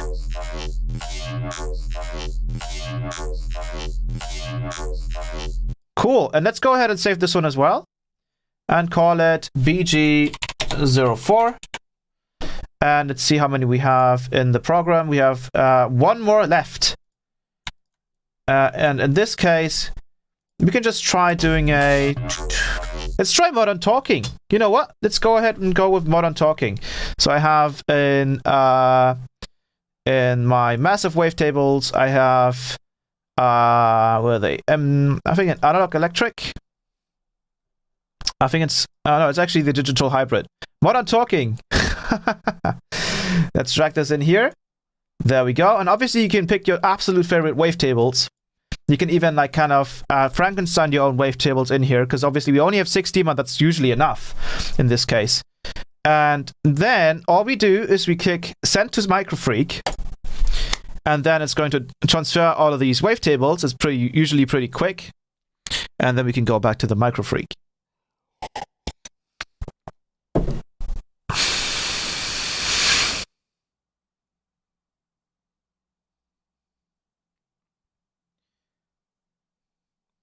So let's just wait a second. Oh, oops. Is it done yet? I think it's done. I gotta close this iPad here. There we go. Cool. So, in that case, let's see. I think it's done. Let's go ahead and put this back to... Oh god, what was this? Let's go back to Alt-5. Check this out really quickly. I'm going to go back to display capture, filters, edit filters. Let me quickly check that this is still correct. I think this needs to move down here. Oh yeah, I just kind of have to move it there. Awesome, perfect. Coolio. So, now what we should have is, if we go back to our MicroFreak, we've just initialized the preset, so let's put this back to normal. Turn on the sustain. Let's play this.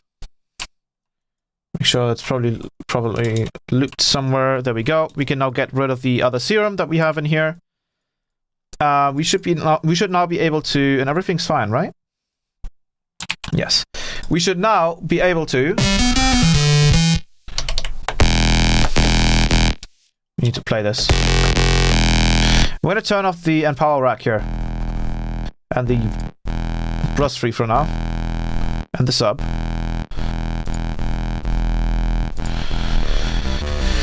Let's go over to the wave user. Let's see if all of these other wavetables worked. So I think up until wavetable number 10, we just had the normal wavetables. Yeah, and then number 9 should be our crazy bass glitch wavetable. I mean, number 11. Or actually, it might be number 12.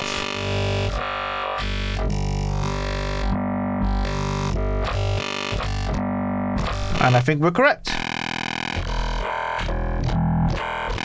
Let's go with number 13. That's pretty damn sick. Let's go to number 15.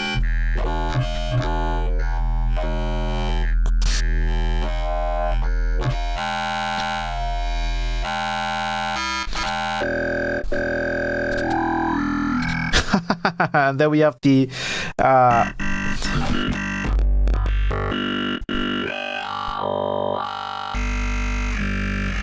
so let me just quickly check again that we are correct on this, and let me open up MIDI Control Center. That was modern talking right there.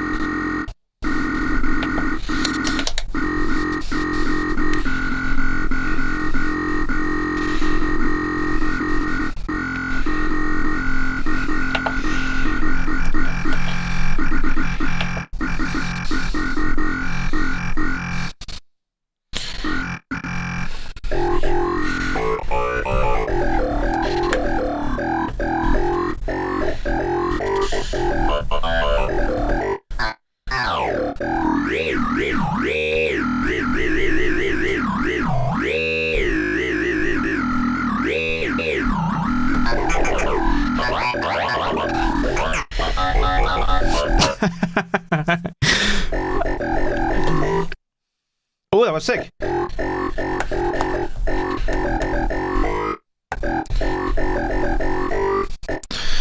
But yeah, if I go back to the wavetables here, you can see wave user. Yes, we have.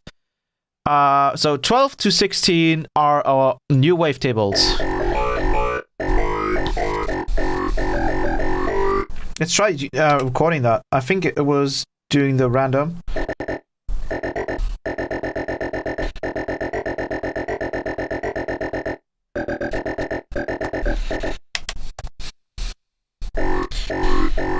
I think we have to. Okay, so what we have to do, we have to hold the shift button and then click on the arpeggiator button, and then we can go into the sequencer mode and actually record sort of rhythms and stuff. And we can go to random,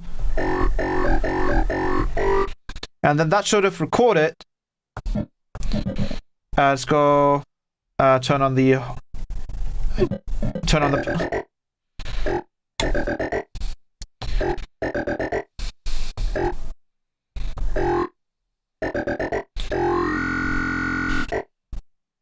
What's it doing?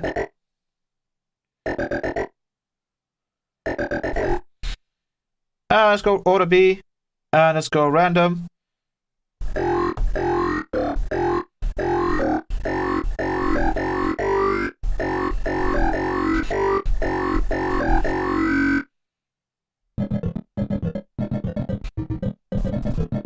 Okay, let's get rid of. Let's go back here.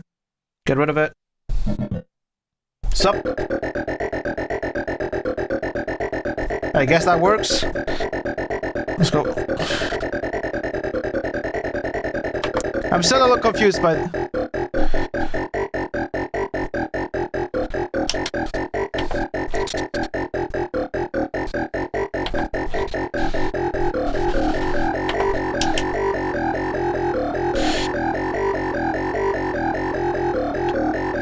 Was it stop playing that? Stop playing that.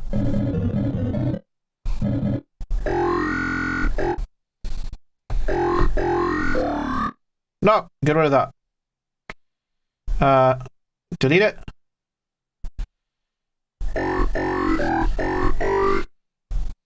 And I think now it should work.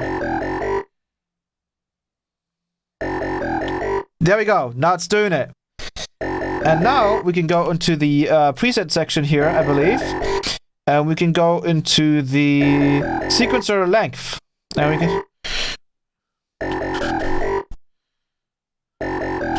we can change the length here of the.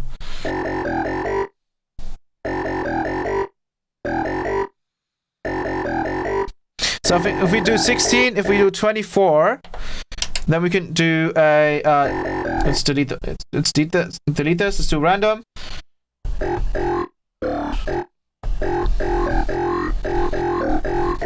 Okay, I think I got it. Delete this.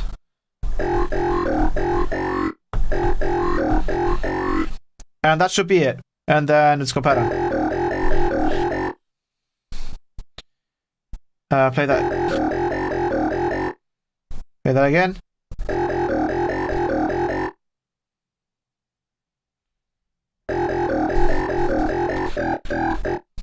And let's go back in here. Preset. Sequences are still a little bit of a mystery for myself.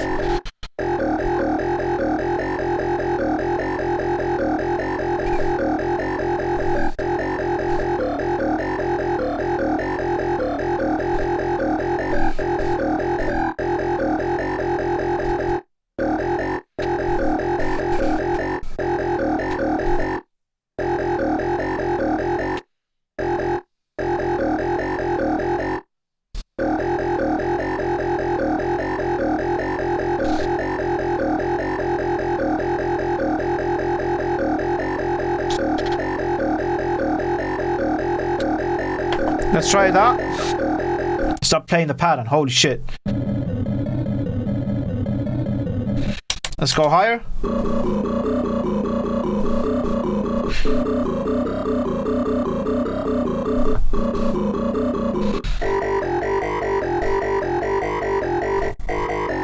So you can kind of use the ARP sequencer there that way. You can also, as far as I know, if you go to some like random preset.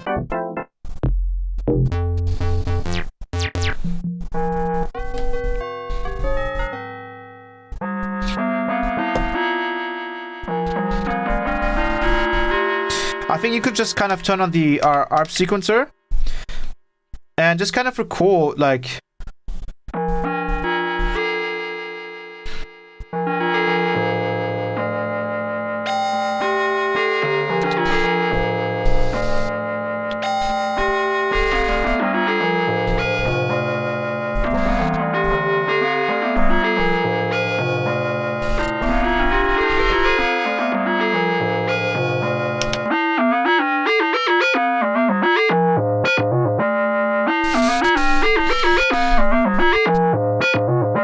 So if you wanted, you can kind of create some really cool melodies with this.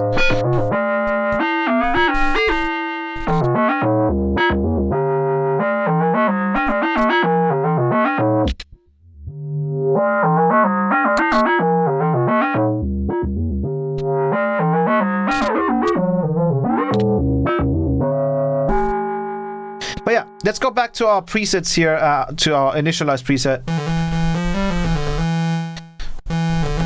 And let's try making some really cool basses out of the wavetables that we extracted from Serum. So let's turn the Serum sub-oscillator on again. Let's turn on burst free.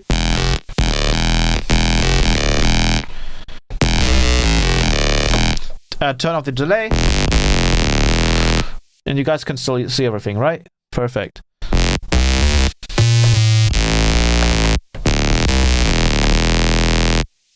So now we come to the really cool part. Let's go back to the wave fuser oscillator. Also, we have this really cool other oscillator which is called speech, and it just basically is like a speech engine. Frequency, frequency, frequency, frequency, frequency, frequency. And if we also have this with spice mode. I'm not entirely sure. It probably doesn't.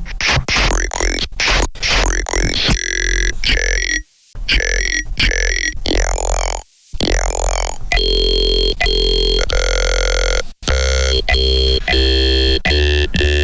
3, 3, 3, J, J, J, J, J, J, J, J, J.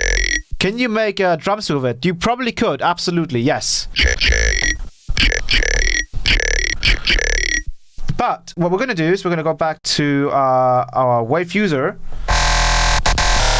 I'm going to go to wavetable number 12.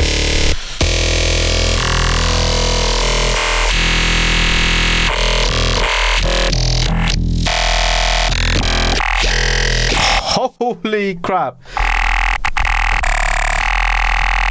That's crazy. Let's switch it to the bandpass. And let's get a similar setup going again. So let's turn on the shift here and do a little bit of a curve like that. Let's turn on these. Put this on loop.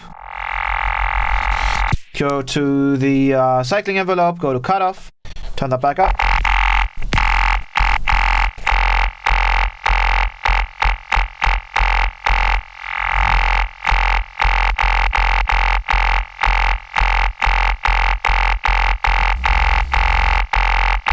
Let's actually go to the shift here and kind of turn that up a little bit.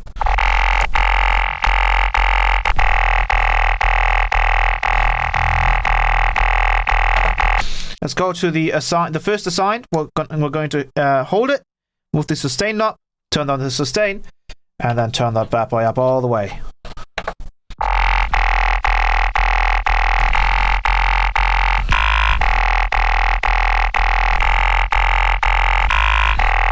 Now with the LFO, we're going to switch over to the saw wave. We're going to turn that down to, let's do just 1.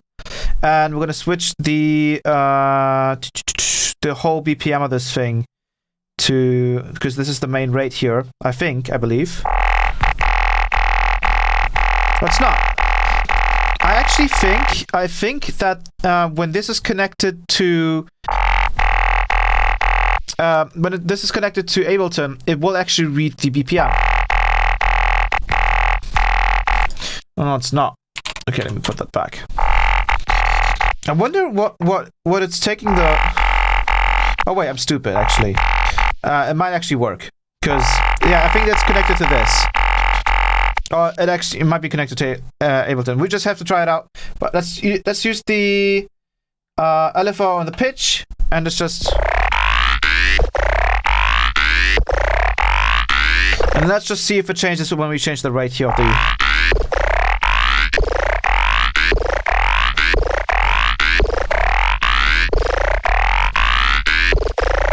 Let's switch this, make this a little faster.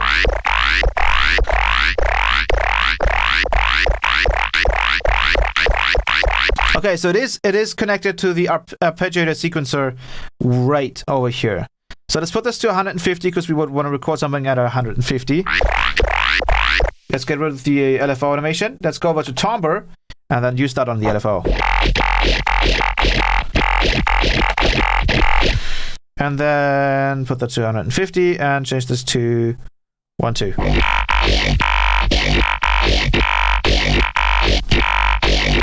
And then we will have to turn on the let's see, we'll have to turn on the arpeggiator.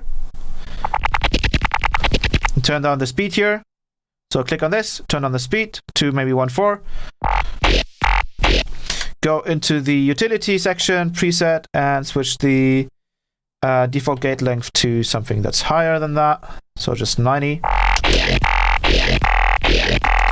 And then we'll turn this down to 1/2.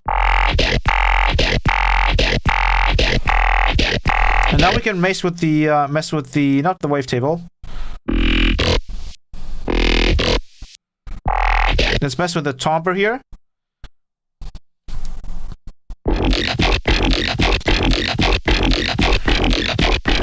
Turn on the hold.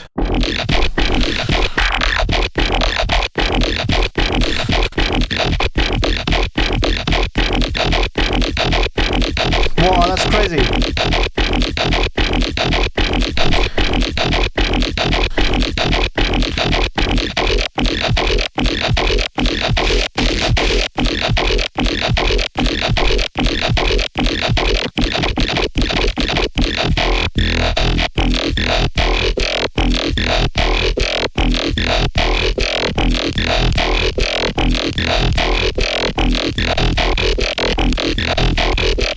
So, as far as I understand, we kind of have to use the arpeggiator.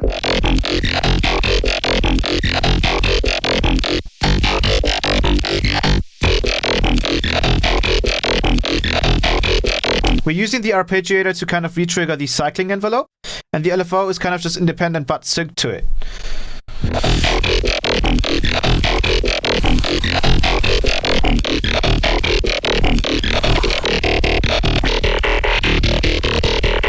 Wow, listen to that.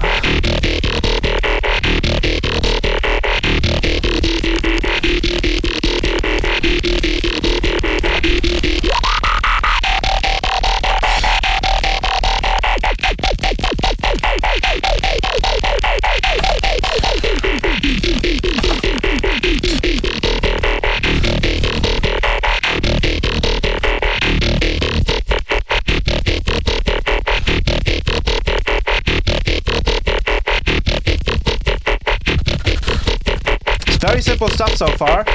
And what we're going to do now is we're going to do the same thing, where we're going to assign the hold sustain here to assign number 2, and we're going to use the LFO to change that over time. So let's see what that sounds like.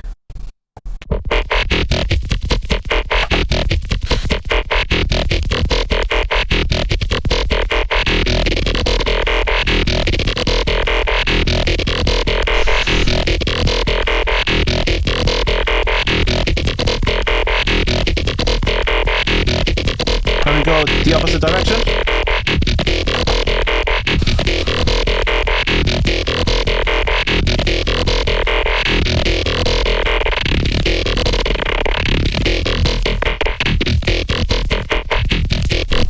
Change the rate on this. Okay. So what I've noticed is that MicroFreak basically makes you use LFOs and sustains and looping in a way that is much more unique to compared to something like Serum, because here we can get like really cool rhythms out of it using the sustain to the LFO function, or the LFO here. This is crazy. This is like ridiculous. And I don't know how you would go about doing this in Serum. You could probably change the sustain or the LFO speed in Serum that way. You could probably do the same thing there.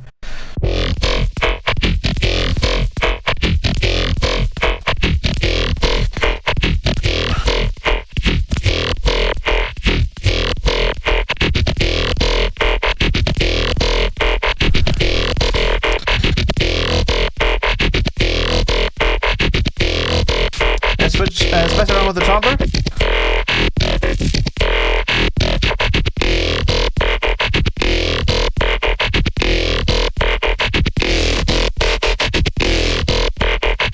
Let's switch the wavetable.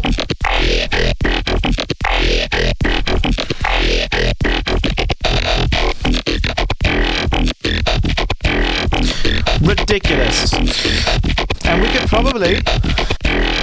could probably even assign, let's assign the rise here. Let's assign that to assign 3. And then let's also change that with the LFO.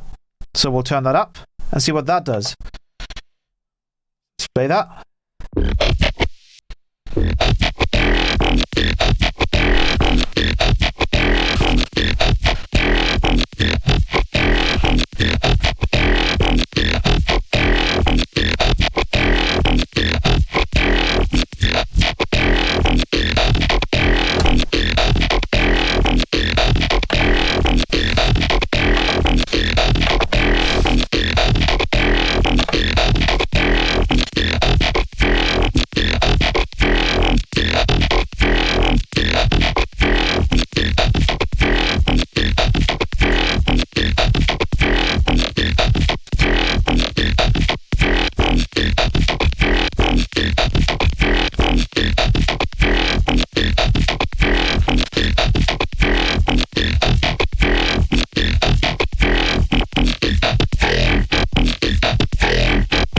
Go to LFO pitch.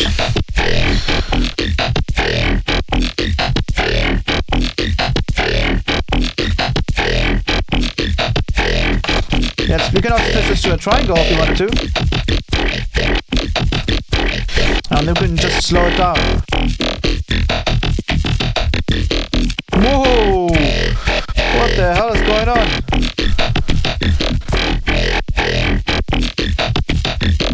Holy crap!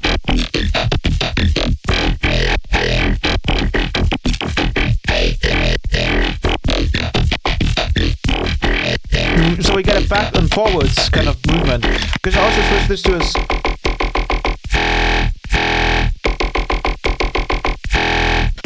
What the hell?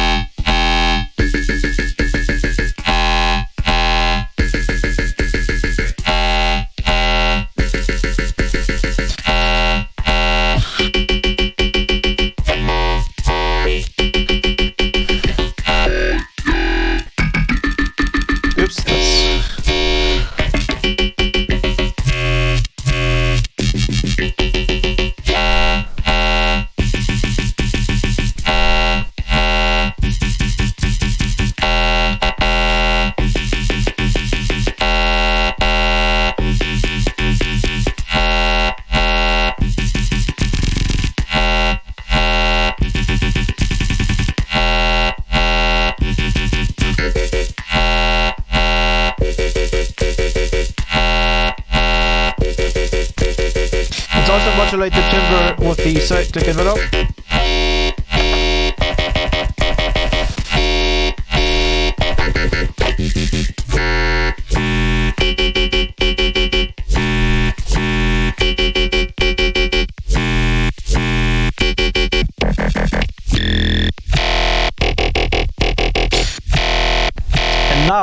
As far as I know, we should be able to add a flanger after this whole sound, and we should be able to squarify it in post. So let's try that as well. Let's try adding a flanger to the sound. So let's go phaser flanger. And let's try just kind of finding a position here with the flanger that makes it into a squarified sound.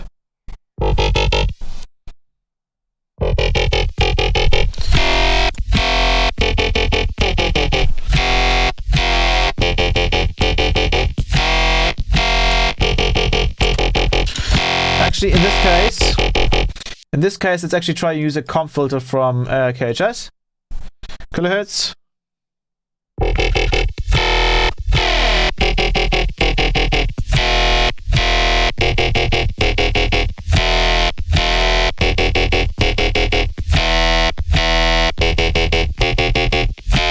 There we go.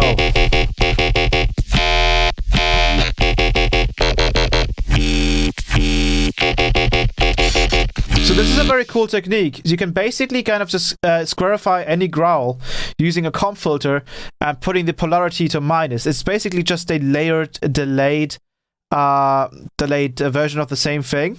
And we're just reversing the polarity to remove all of the even harmonics.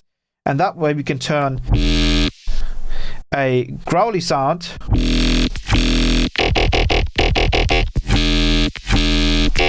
into more of an FM kind of sound.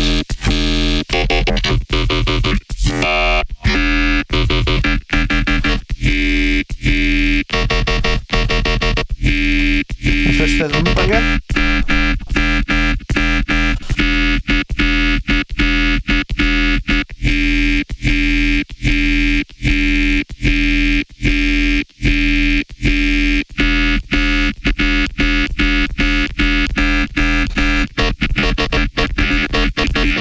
Yeah, we get random stuff out of it.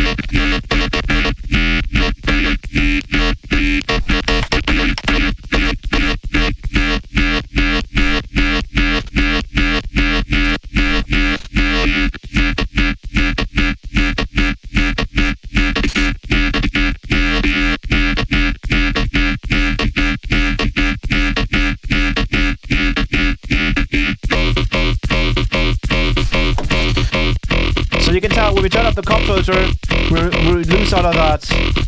We lose all of that squarifiedness.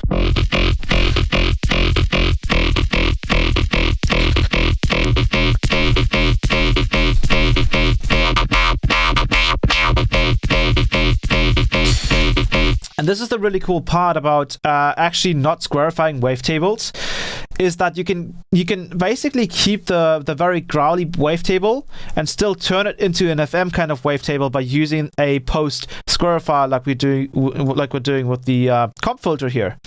So again, if we play the same thing, it's more of a growly wavetable. So we'll play the sound. And then with the comp filter on, it sounds like this. You got it? And one easy way you can quickly check whether or not you're really only boosting the even or odd harmonics is by turning it to plus and then just kind of moving the filter, and you can hear it.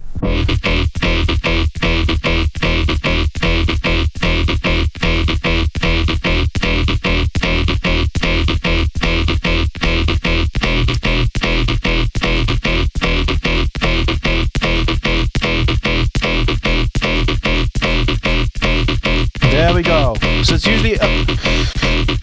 usually below the like 100 hertz area. Depends on the sound, of course. If we go higher, we also have to move the comp filter.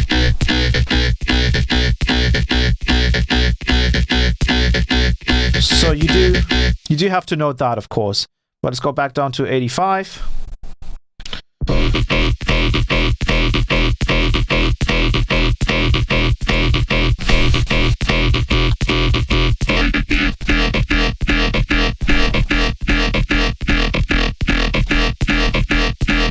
I want to get more movement out of this.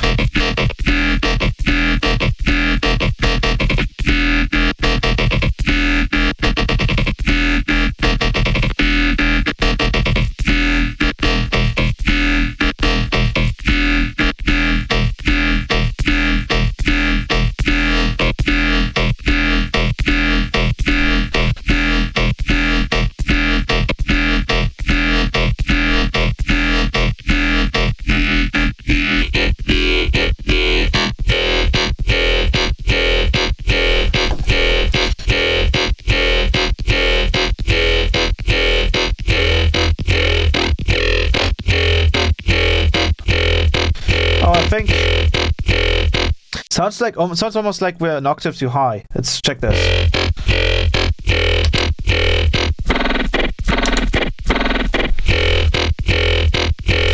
Okay, I think what's happening is that the serum sub here is an octave too high. Let's put that down an octave, and that should fix it. So let's turn this back on.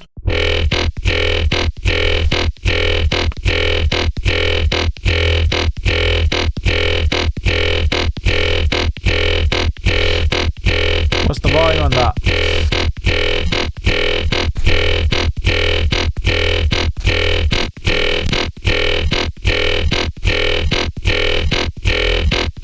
No, that was correct.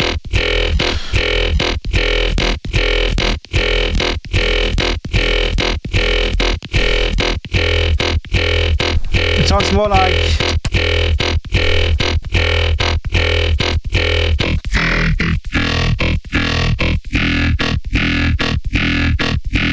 That's probably just OTT. Without OTT, we probably wouldn't hear that like second odd harmonic.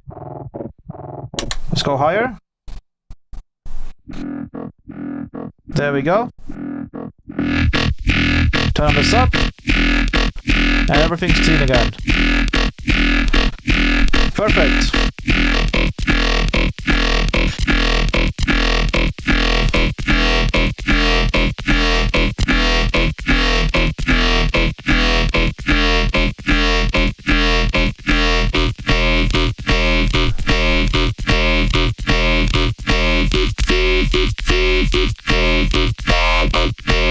Make this a little bit faster.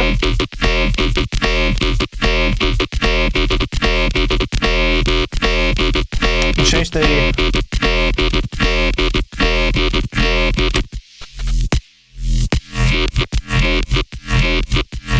Let's get rid of the assign free.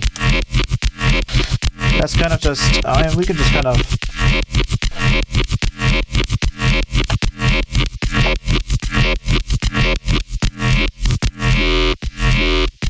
Let's actually turn it around. So we can just mess.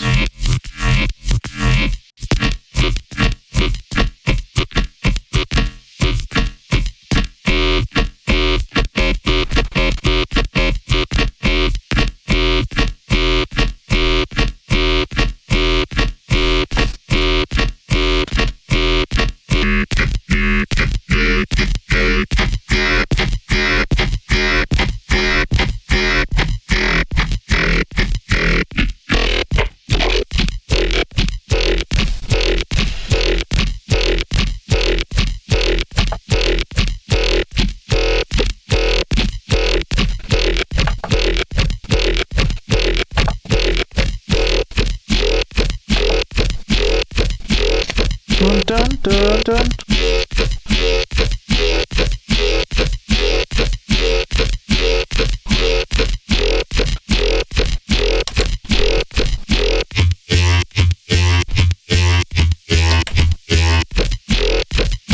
Perfect.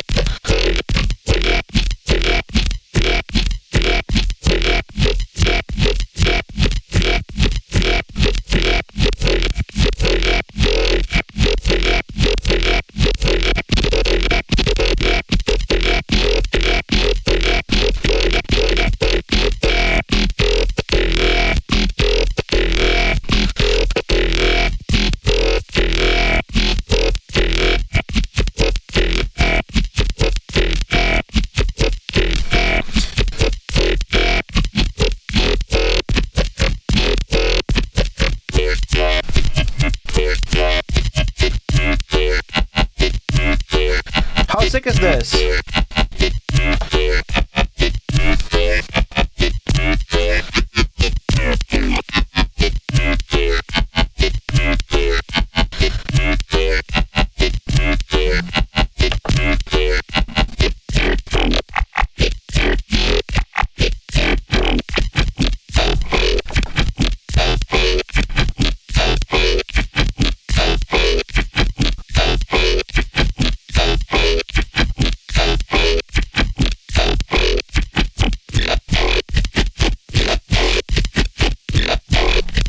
Cool, so obviously you can see that totally works.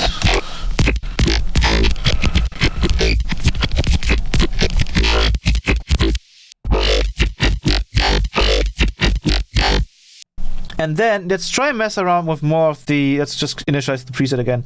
Let's mess around more with some of these other oscillators. For example, Harmo looks very, very interesting. I really, really want to know what this does. Let's turn off the serum here.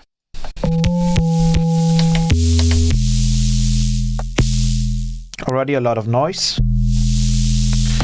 Let's mess with the wave here.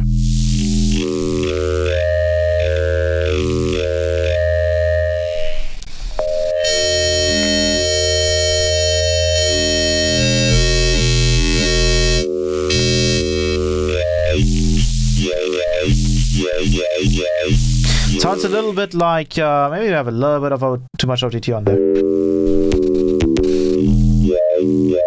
That's very interesting. So here we have a chorus.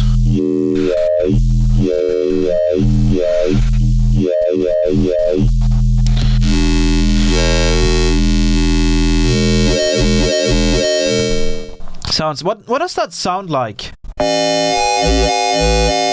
Like sync? Is that like sync?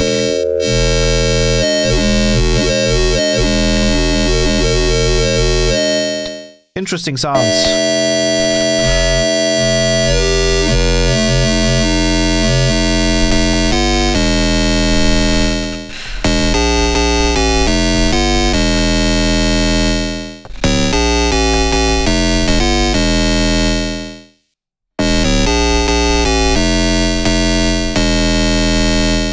Where's the OTT knob? So the OTT knob is on my. There's no OTT in the Arturia MicroFreak,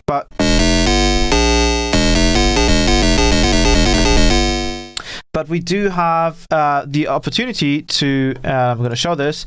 Route the Arturia MicroFreak into your audio interface, and then use that as sort of a microphone input, and that way we can use it in Ableton and just hear it in Ableton,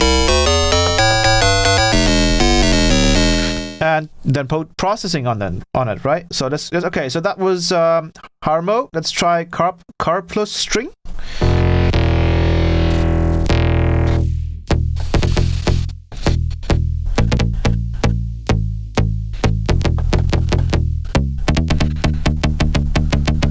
This all sounds pretty sick. So here we have the.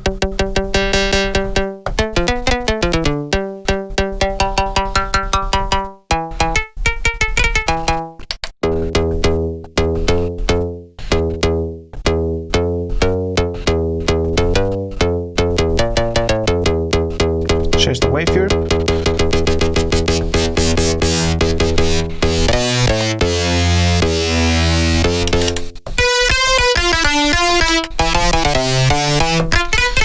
If we probably turn off the and power rack here, and just use a little bit of reverb on this.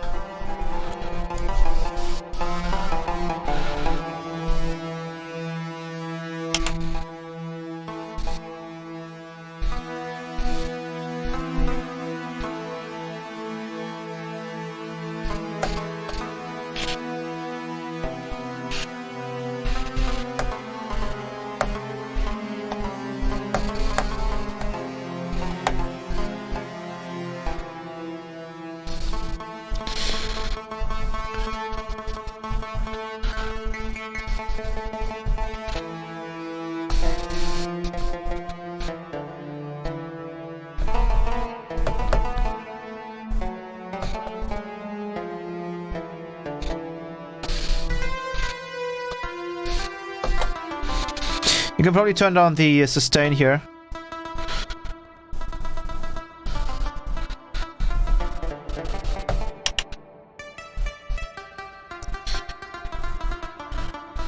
Let's turn up the decay.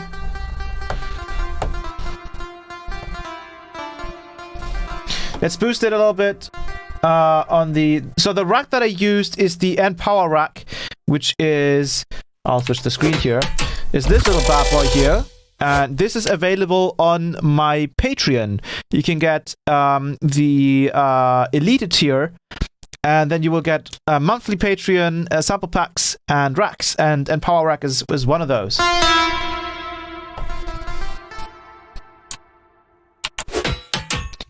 let's get back to this screen.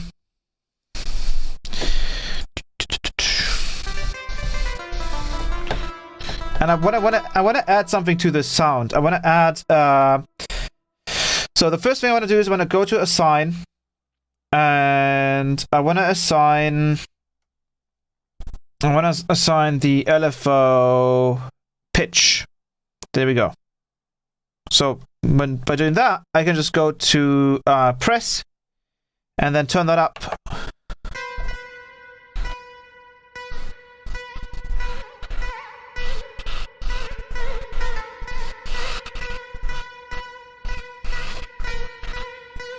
There we go. And then I can click on the LFO. So this is the really cool part as well. You can click on the LFO and have the sync off.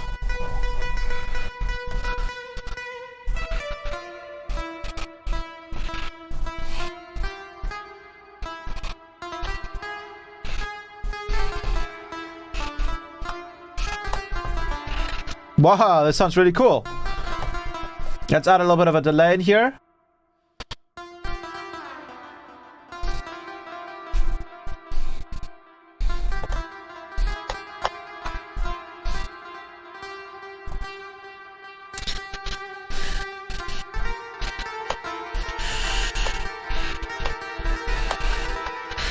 And then I think another thing we can probably do is we can assign the decay here.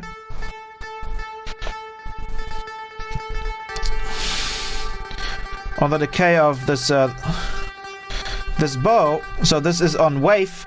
We can go to wave and turn that up using the press here, which is the so.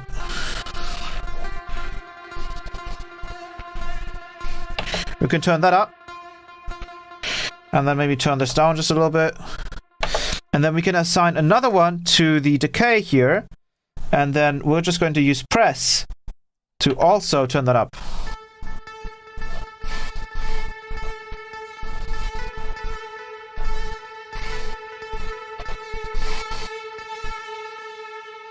There we go.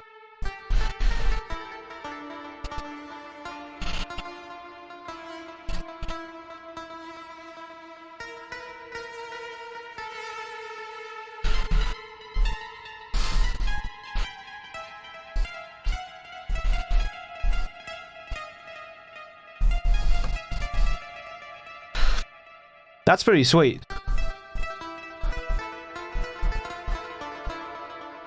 And then we can change the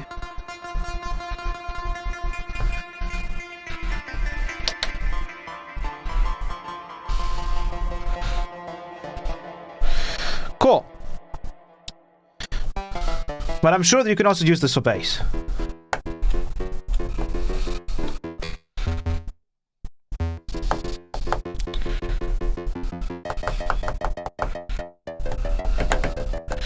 Let's just kind of remove all of these matrix things that we have here.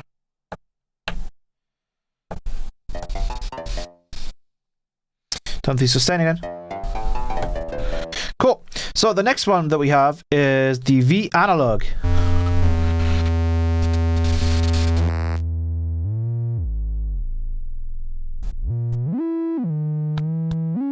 This sounds like it's just are you going to make a track with MICROFREAK today, or just mess with sounds? So today's stream is just going to be messing with sounds, and then probably next stream we're actually going to make a little song with it.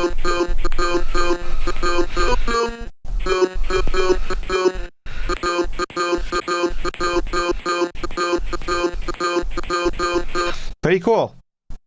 Then we have modal, and this one is one of my favorites. Because it's trying to kind of emulate what bells could sound like. But if you play it really low, like that.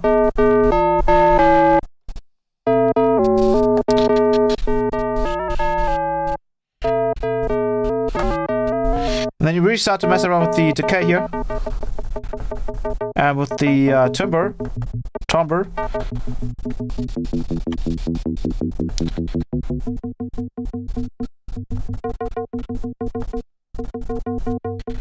You almost get this like...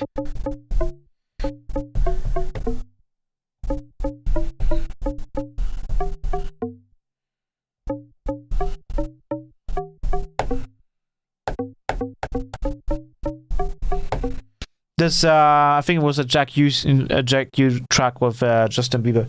I don't remember.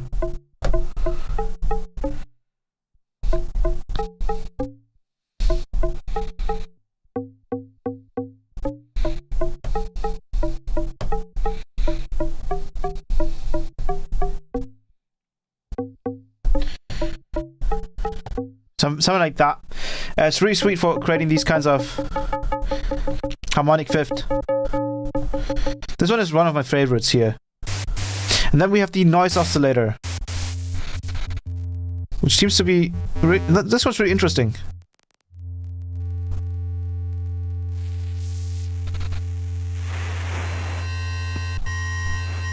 So we have different noise types here.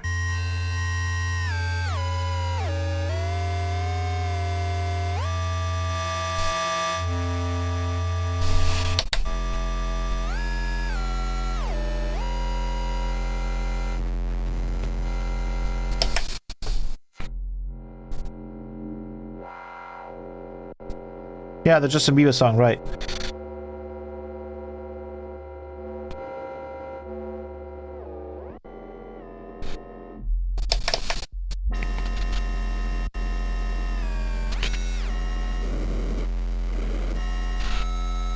Ooh!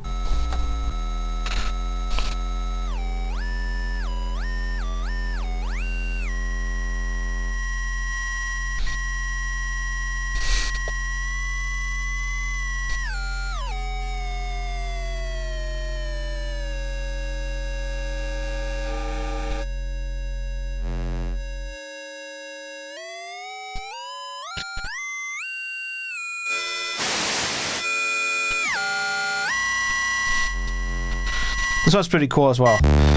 Then we have the bass. Ooh, we have a saturate button. I love that. Then we have a bass. Man, this thing is a bass machine. Just all of the different things you can do, including your own wavetables.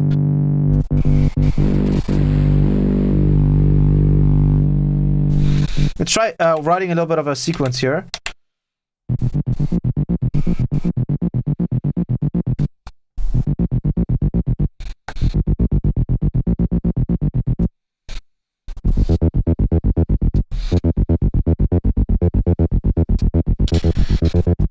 Go into utility preset and change the where is it?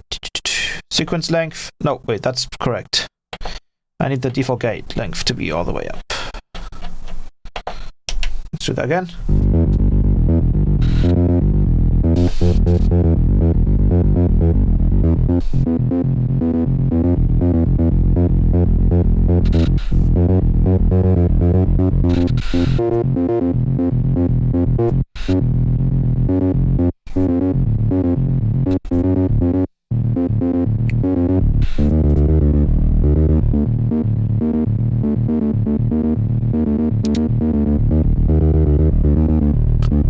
Now let's add the envelope as a pitch to the envelope, cyclic envelope pitch.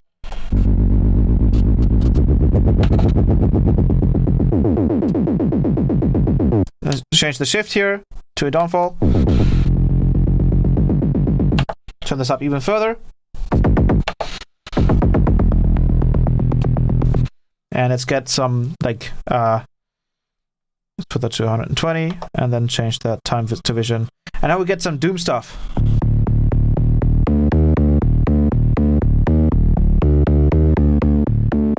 Imogen music, yeah. And now let's hold these notes for me, please.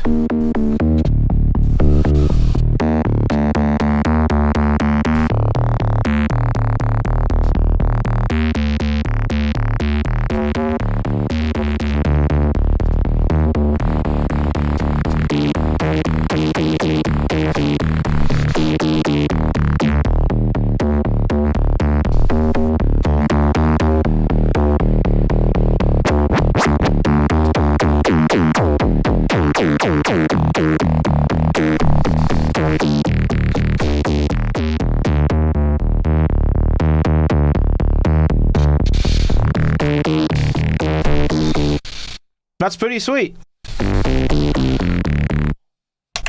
And then we have the saw axe, which is doing what? This is definitely a sync.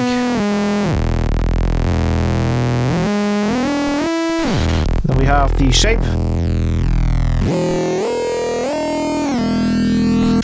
Sounds like a detune. Oh, that sounds awesome.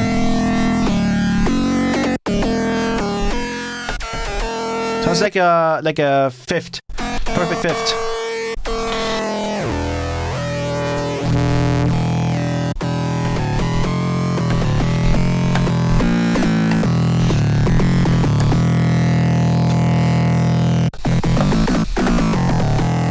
Let's get rid of the cyclic envelope.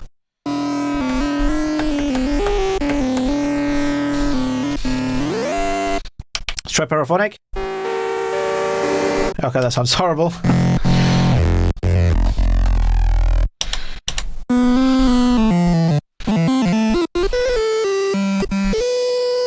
Let's try.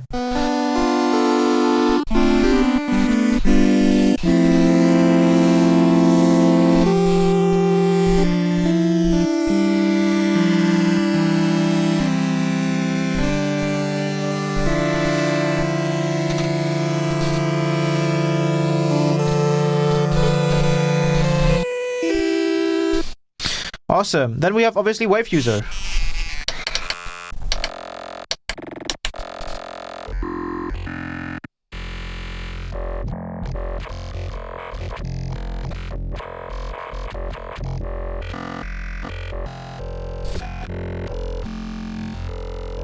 Man, these fucking glitch wavetables are so insane.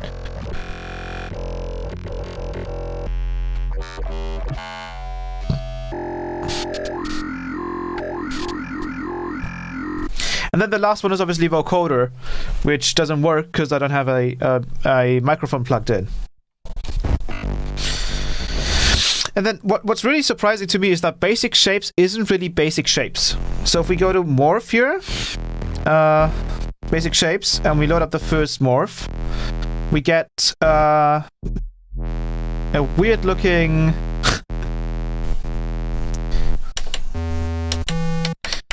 Is this supposed to be like a square wave? What is this supposed to be? And then we go over to the saw wave,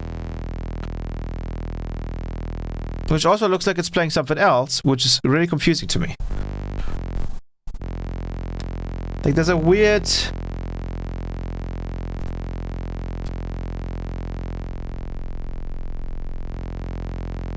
really weird stuff happening.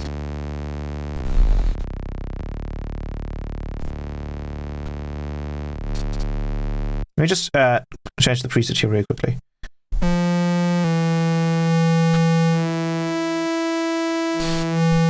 So yeah, as you can see, like all of these wavetables look quite weird, but they sound quite nice. I guess they're supposed to sound pretty analog.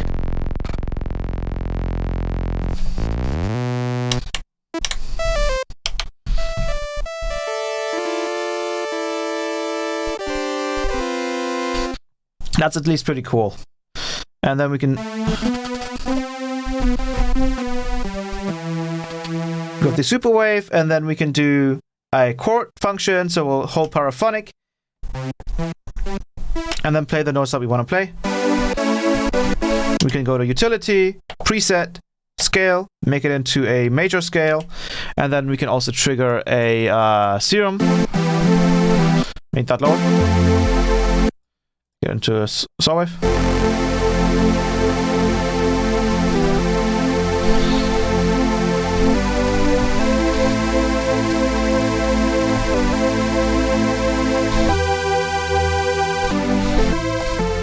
And what's really cool is that you can basically kind of just record the same thing that you play on here.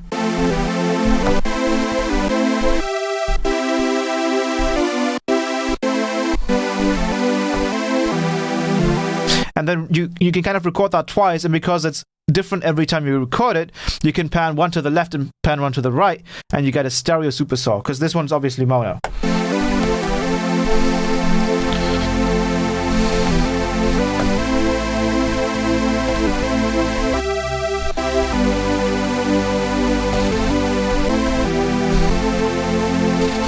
And then I think we can do one more thing, which is very reminiscent of the effect that R5 did on his supersaws.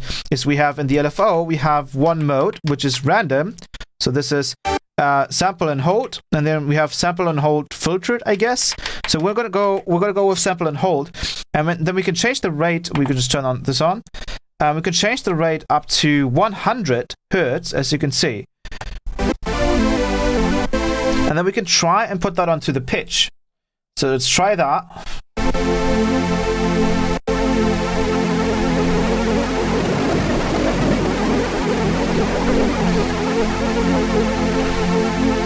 And unfortunately,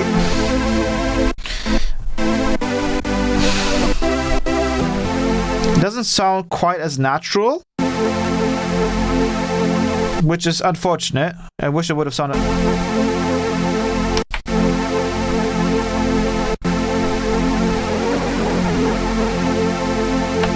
So maybe we can also try it on the wave here, on the maybe a little bit on the timbre.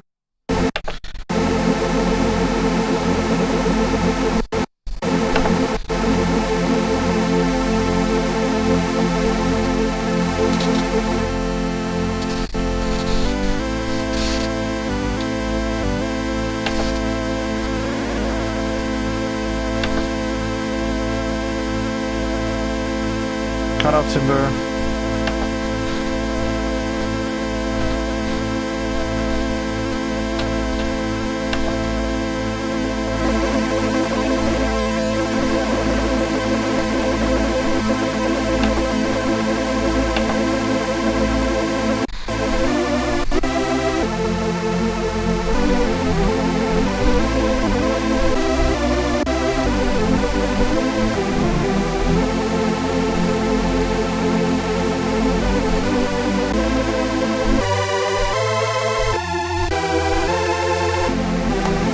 So in this case, it doesn't sound the best. I wonder if we had like another mode here that could be as fast. Potentially we could switch this back to sync mode. Try the fastest one on here. It doesn't seem to quite help it. Sounds more like a mosquito. One thing we could try is to turn up the BPM here.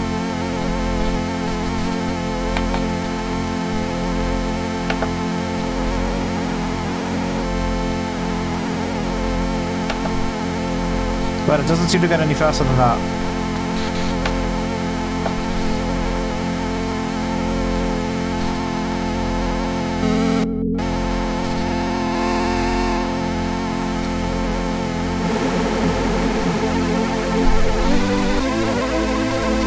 Just doesn't sound all that great, right? So unfortunately, this technique is not going to work on the Arturia MicroFreak. Seems like the 100 hertz here isn't really 100 hertz. It's more like more of an interpolated 100 hertz.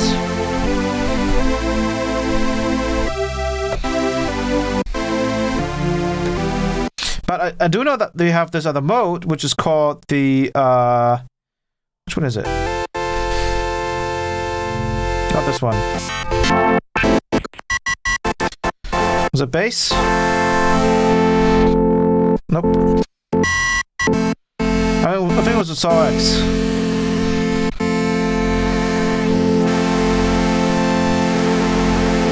So we could use the noise in here.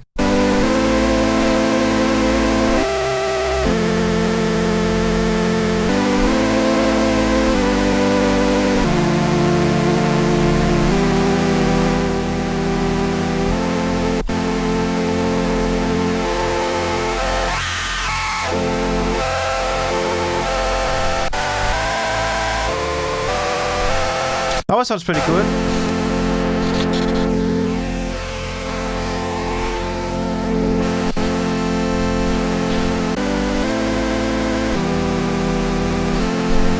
And I wonder if we can go into the preset here and go into the unison. Where is it?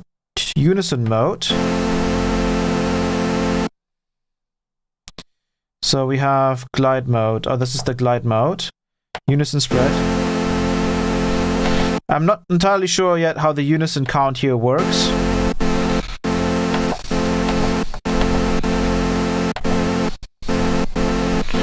Like what this is referring to. Maybe this is referring to the to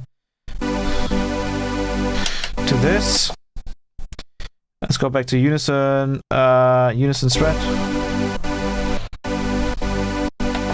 Maybe there's a way to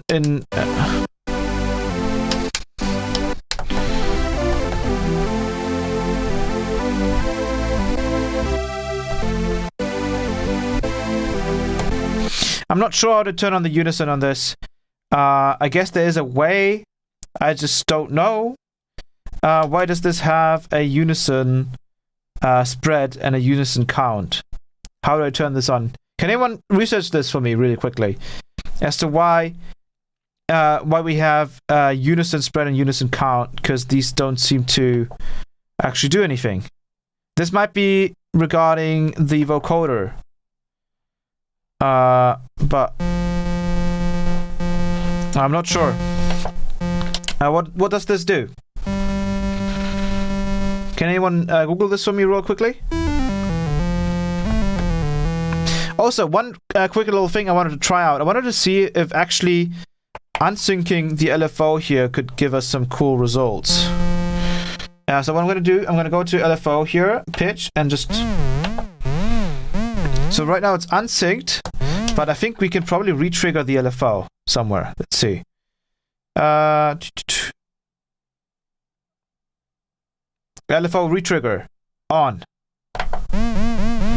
Oh, sweet. So I think now we can really get into some cool stuff here, because what we can do is we can put this to saw wave, and we can go back to our little bass situation. So we'll put this back to, and we have this on. So you can see our brush-free is still on, but all our sounds are coming through quite well.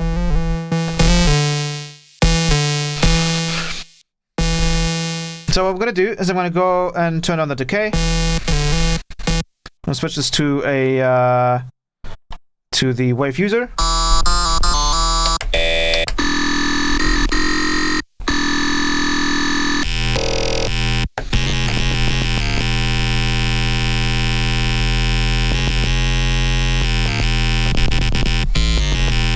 And now I'm going to do a quick little rise and fall here. So I'll do something like that. We'll put this on loop. And then we'll assign the hold sustain on here. And then we'll go to LFO. And we'll just...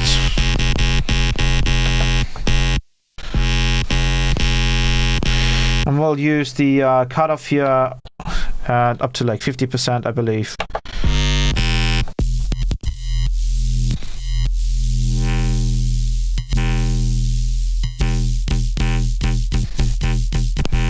Then we'll turn on the sequencer. Make this lower. Put this to 150. And then we'll put in a time division. Go back to this sequencer length, and oh no, just keep that on 16. And then default gate length is just all the way up. I'm not sure why you can't put this into a default. Let's also assign this to the sustain, and then do the same thing here. Assign that all the way up. Bam, turn on the sustain.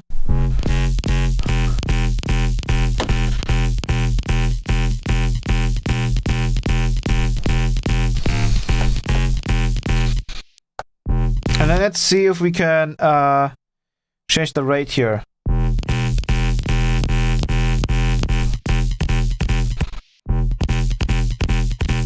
So if this resyncs, this would mean that we would have to change the rate on this one. So let's change the division to... Yeah, now we can basically just put this to 1, 1, 1. And then now we can just mess around with the LFO speed here.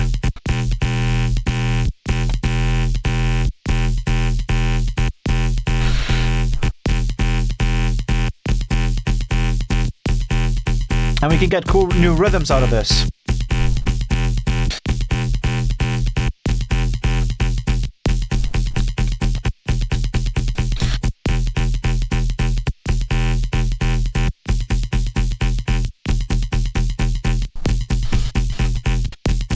Like here.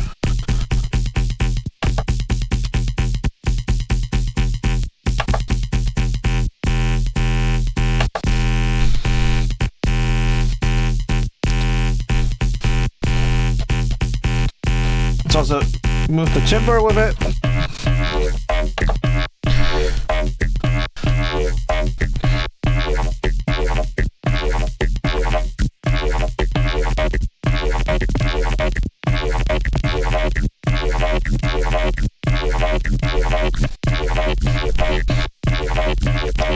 And now we get really cool rhythms.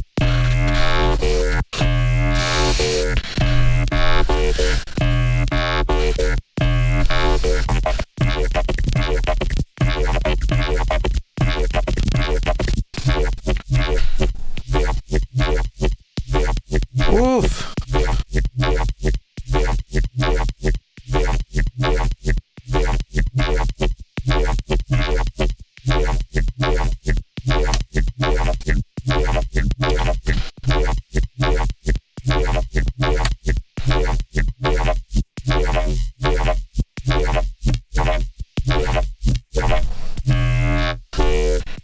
So just changing the LFO mode to sync.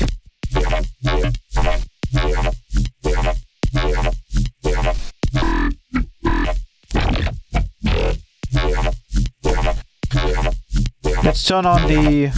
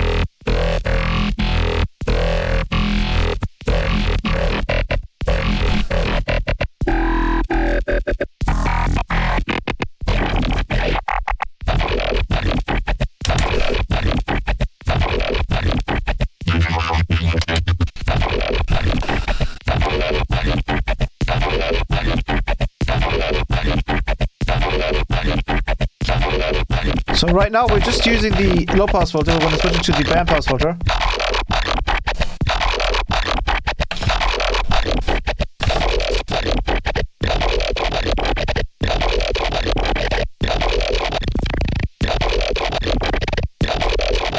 So yeah, this mode is kind of weird, so let's switch it back to the slow wave.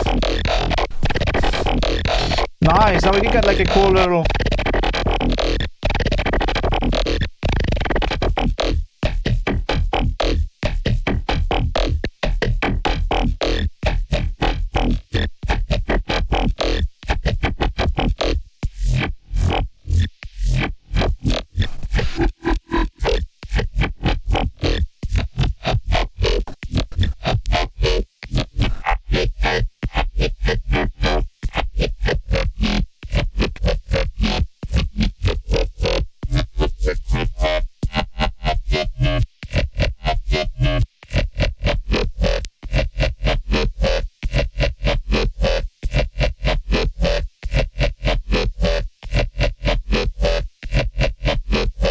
I wish there was an easier way to kind of figure out what the comp filter amount should be.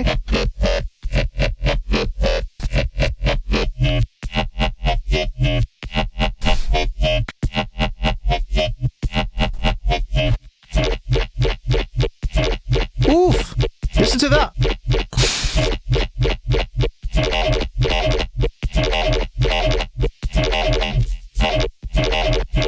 What the hell is happening now?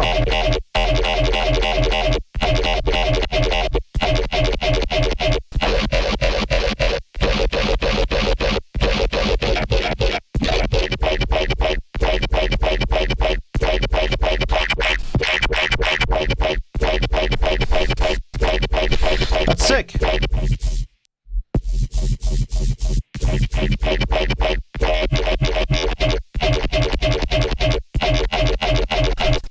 It's missing a little bit more.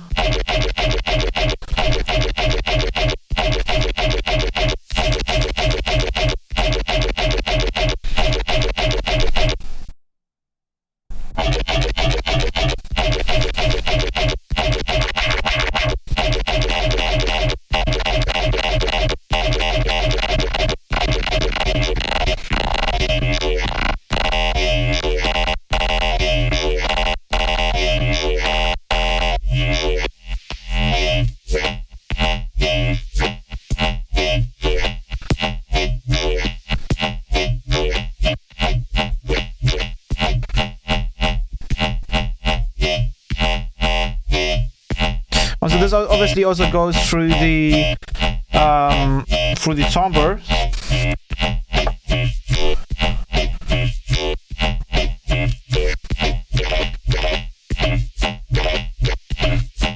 Well, it's crazy how many like different textures you can get out of this.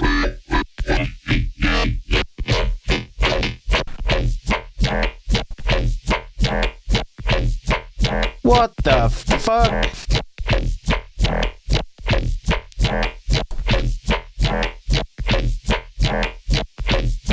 What the hell?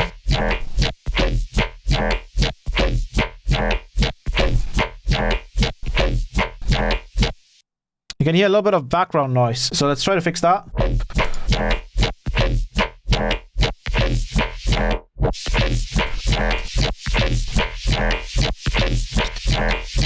Let's just turn this off, Let's just turn it off. Let it listen. Turn it back on. Okay, I need to be a little bit more. There we go. We needed to mess with the release here. Now it's clean as shit.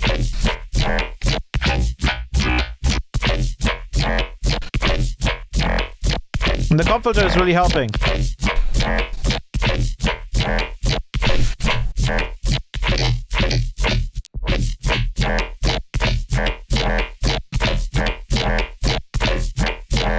And now we can just mess around here with the shape. This is the cool part. Once you have a really cool rhythm, you can really mess around with these two shapes here again with the cyclic envelope. So we'll just play a note and then mess with these shapes using the shift here.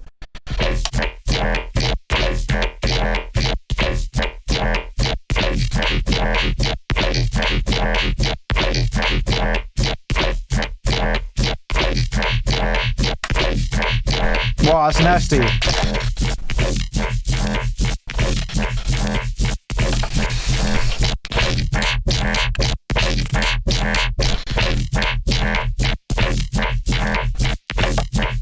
Wow, that's crazy. So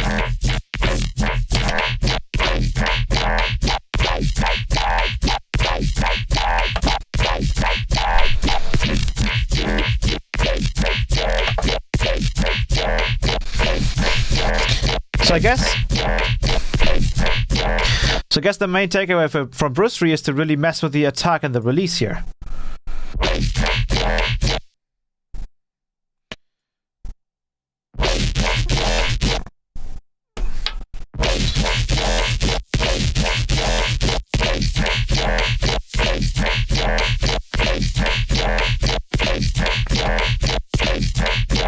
There we go. Sounds perfect now. And again, the coolest part is that it's very much like not very different from the original. So that's the original. just with pure noise coming through. And then with brushery, pretty much the same thing, just a little bit less high end. So it's extremely good to take off the comp filter here without brushery. Let's look at it as off. Yeah, that's correct. With it, yeah, amazing. And then we remove all of the noise that we get with the plugin, with the synth. Wow! Listen to that! Holy shit!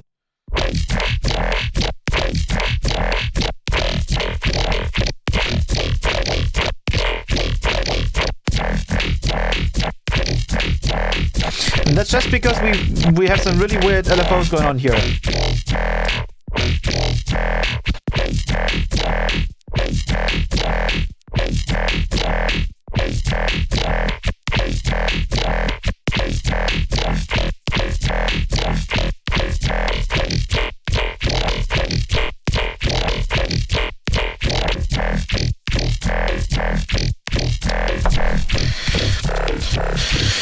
Ridiculous.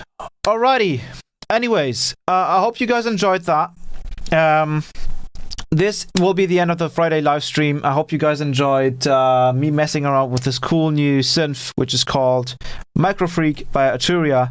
I think we really took a look at what this thing can do, and I'm mind blown. My mind is blown. This thing is ridiculous, and I think it's around $350. I remember paying around that much. Obviously, I paid it in euros, so it's a little bit different. Might be a little bit more in US. But for a synth, a hardware synth, this thing is ridiculously powerful. It can do so many things, and the matrix is super fun to use. Like usually, matrices are pretty boring to use, but in this case, this thing is super fun to use, and I hope you guys enjoyed the live stream.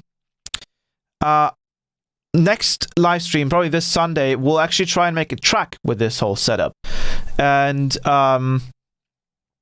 yeah, I think this was an awesome stream. Again, unfortunately, the first one crashed, but I'll just remove this. We'll remove that one and just keep this one. But I hope you guys enjoyed the live stream today. It was super fun. And I hope to see you guys on Sunday when we go ahead and actually make a proper track out of this stuff. So yeah. You recorded those sounds, right? No, I haven't. I'm just playbacking them in Ableton. That's it. But funnily enough, you could actually save them as presets in here. So for example, if I go ahead and, for example, just make a quick one with some pitch envelope. I can just hit the save button here, and bam. Initialize, click to save, and I'll click again. Oh wait, we canceled the save, and then click to save, probably the preset, and then this is a what's it called? A category, so we can go with different categories here. We'll make this into, let's make it into a bass. Oh, and then we can actually rename this properly. Let's call it RNet, or let's call it RSOV for some reason, right? And then click save. Preset saved. And then we have a preset here called RSOV, which is the bass preset.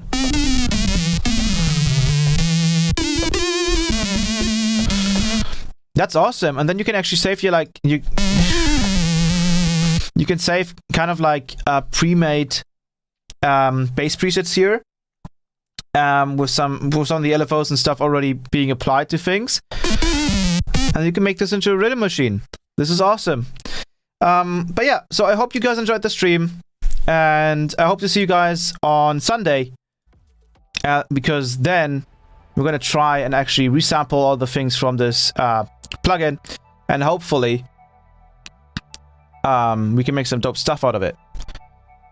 So, with that being said, I hope you guys have a good weekend.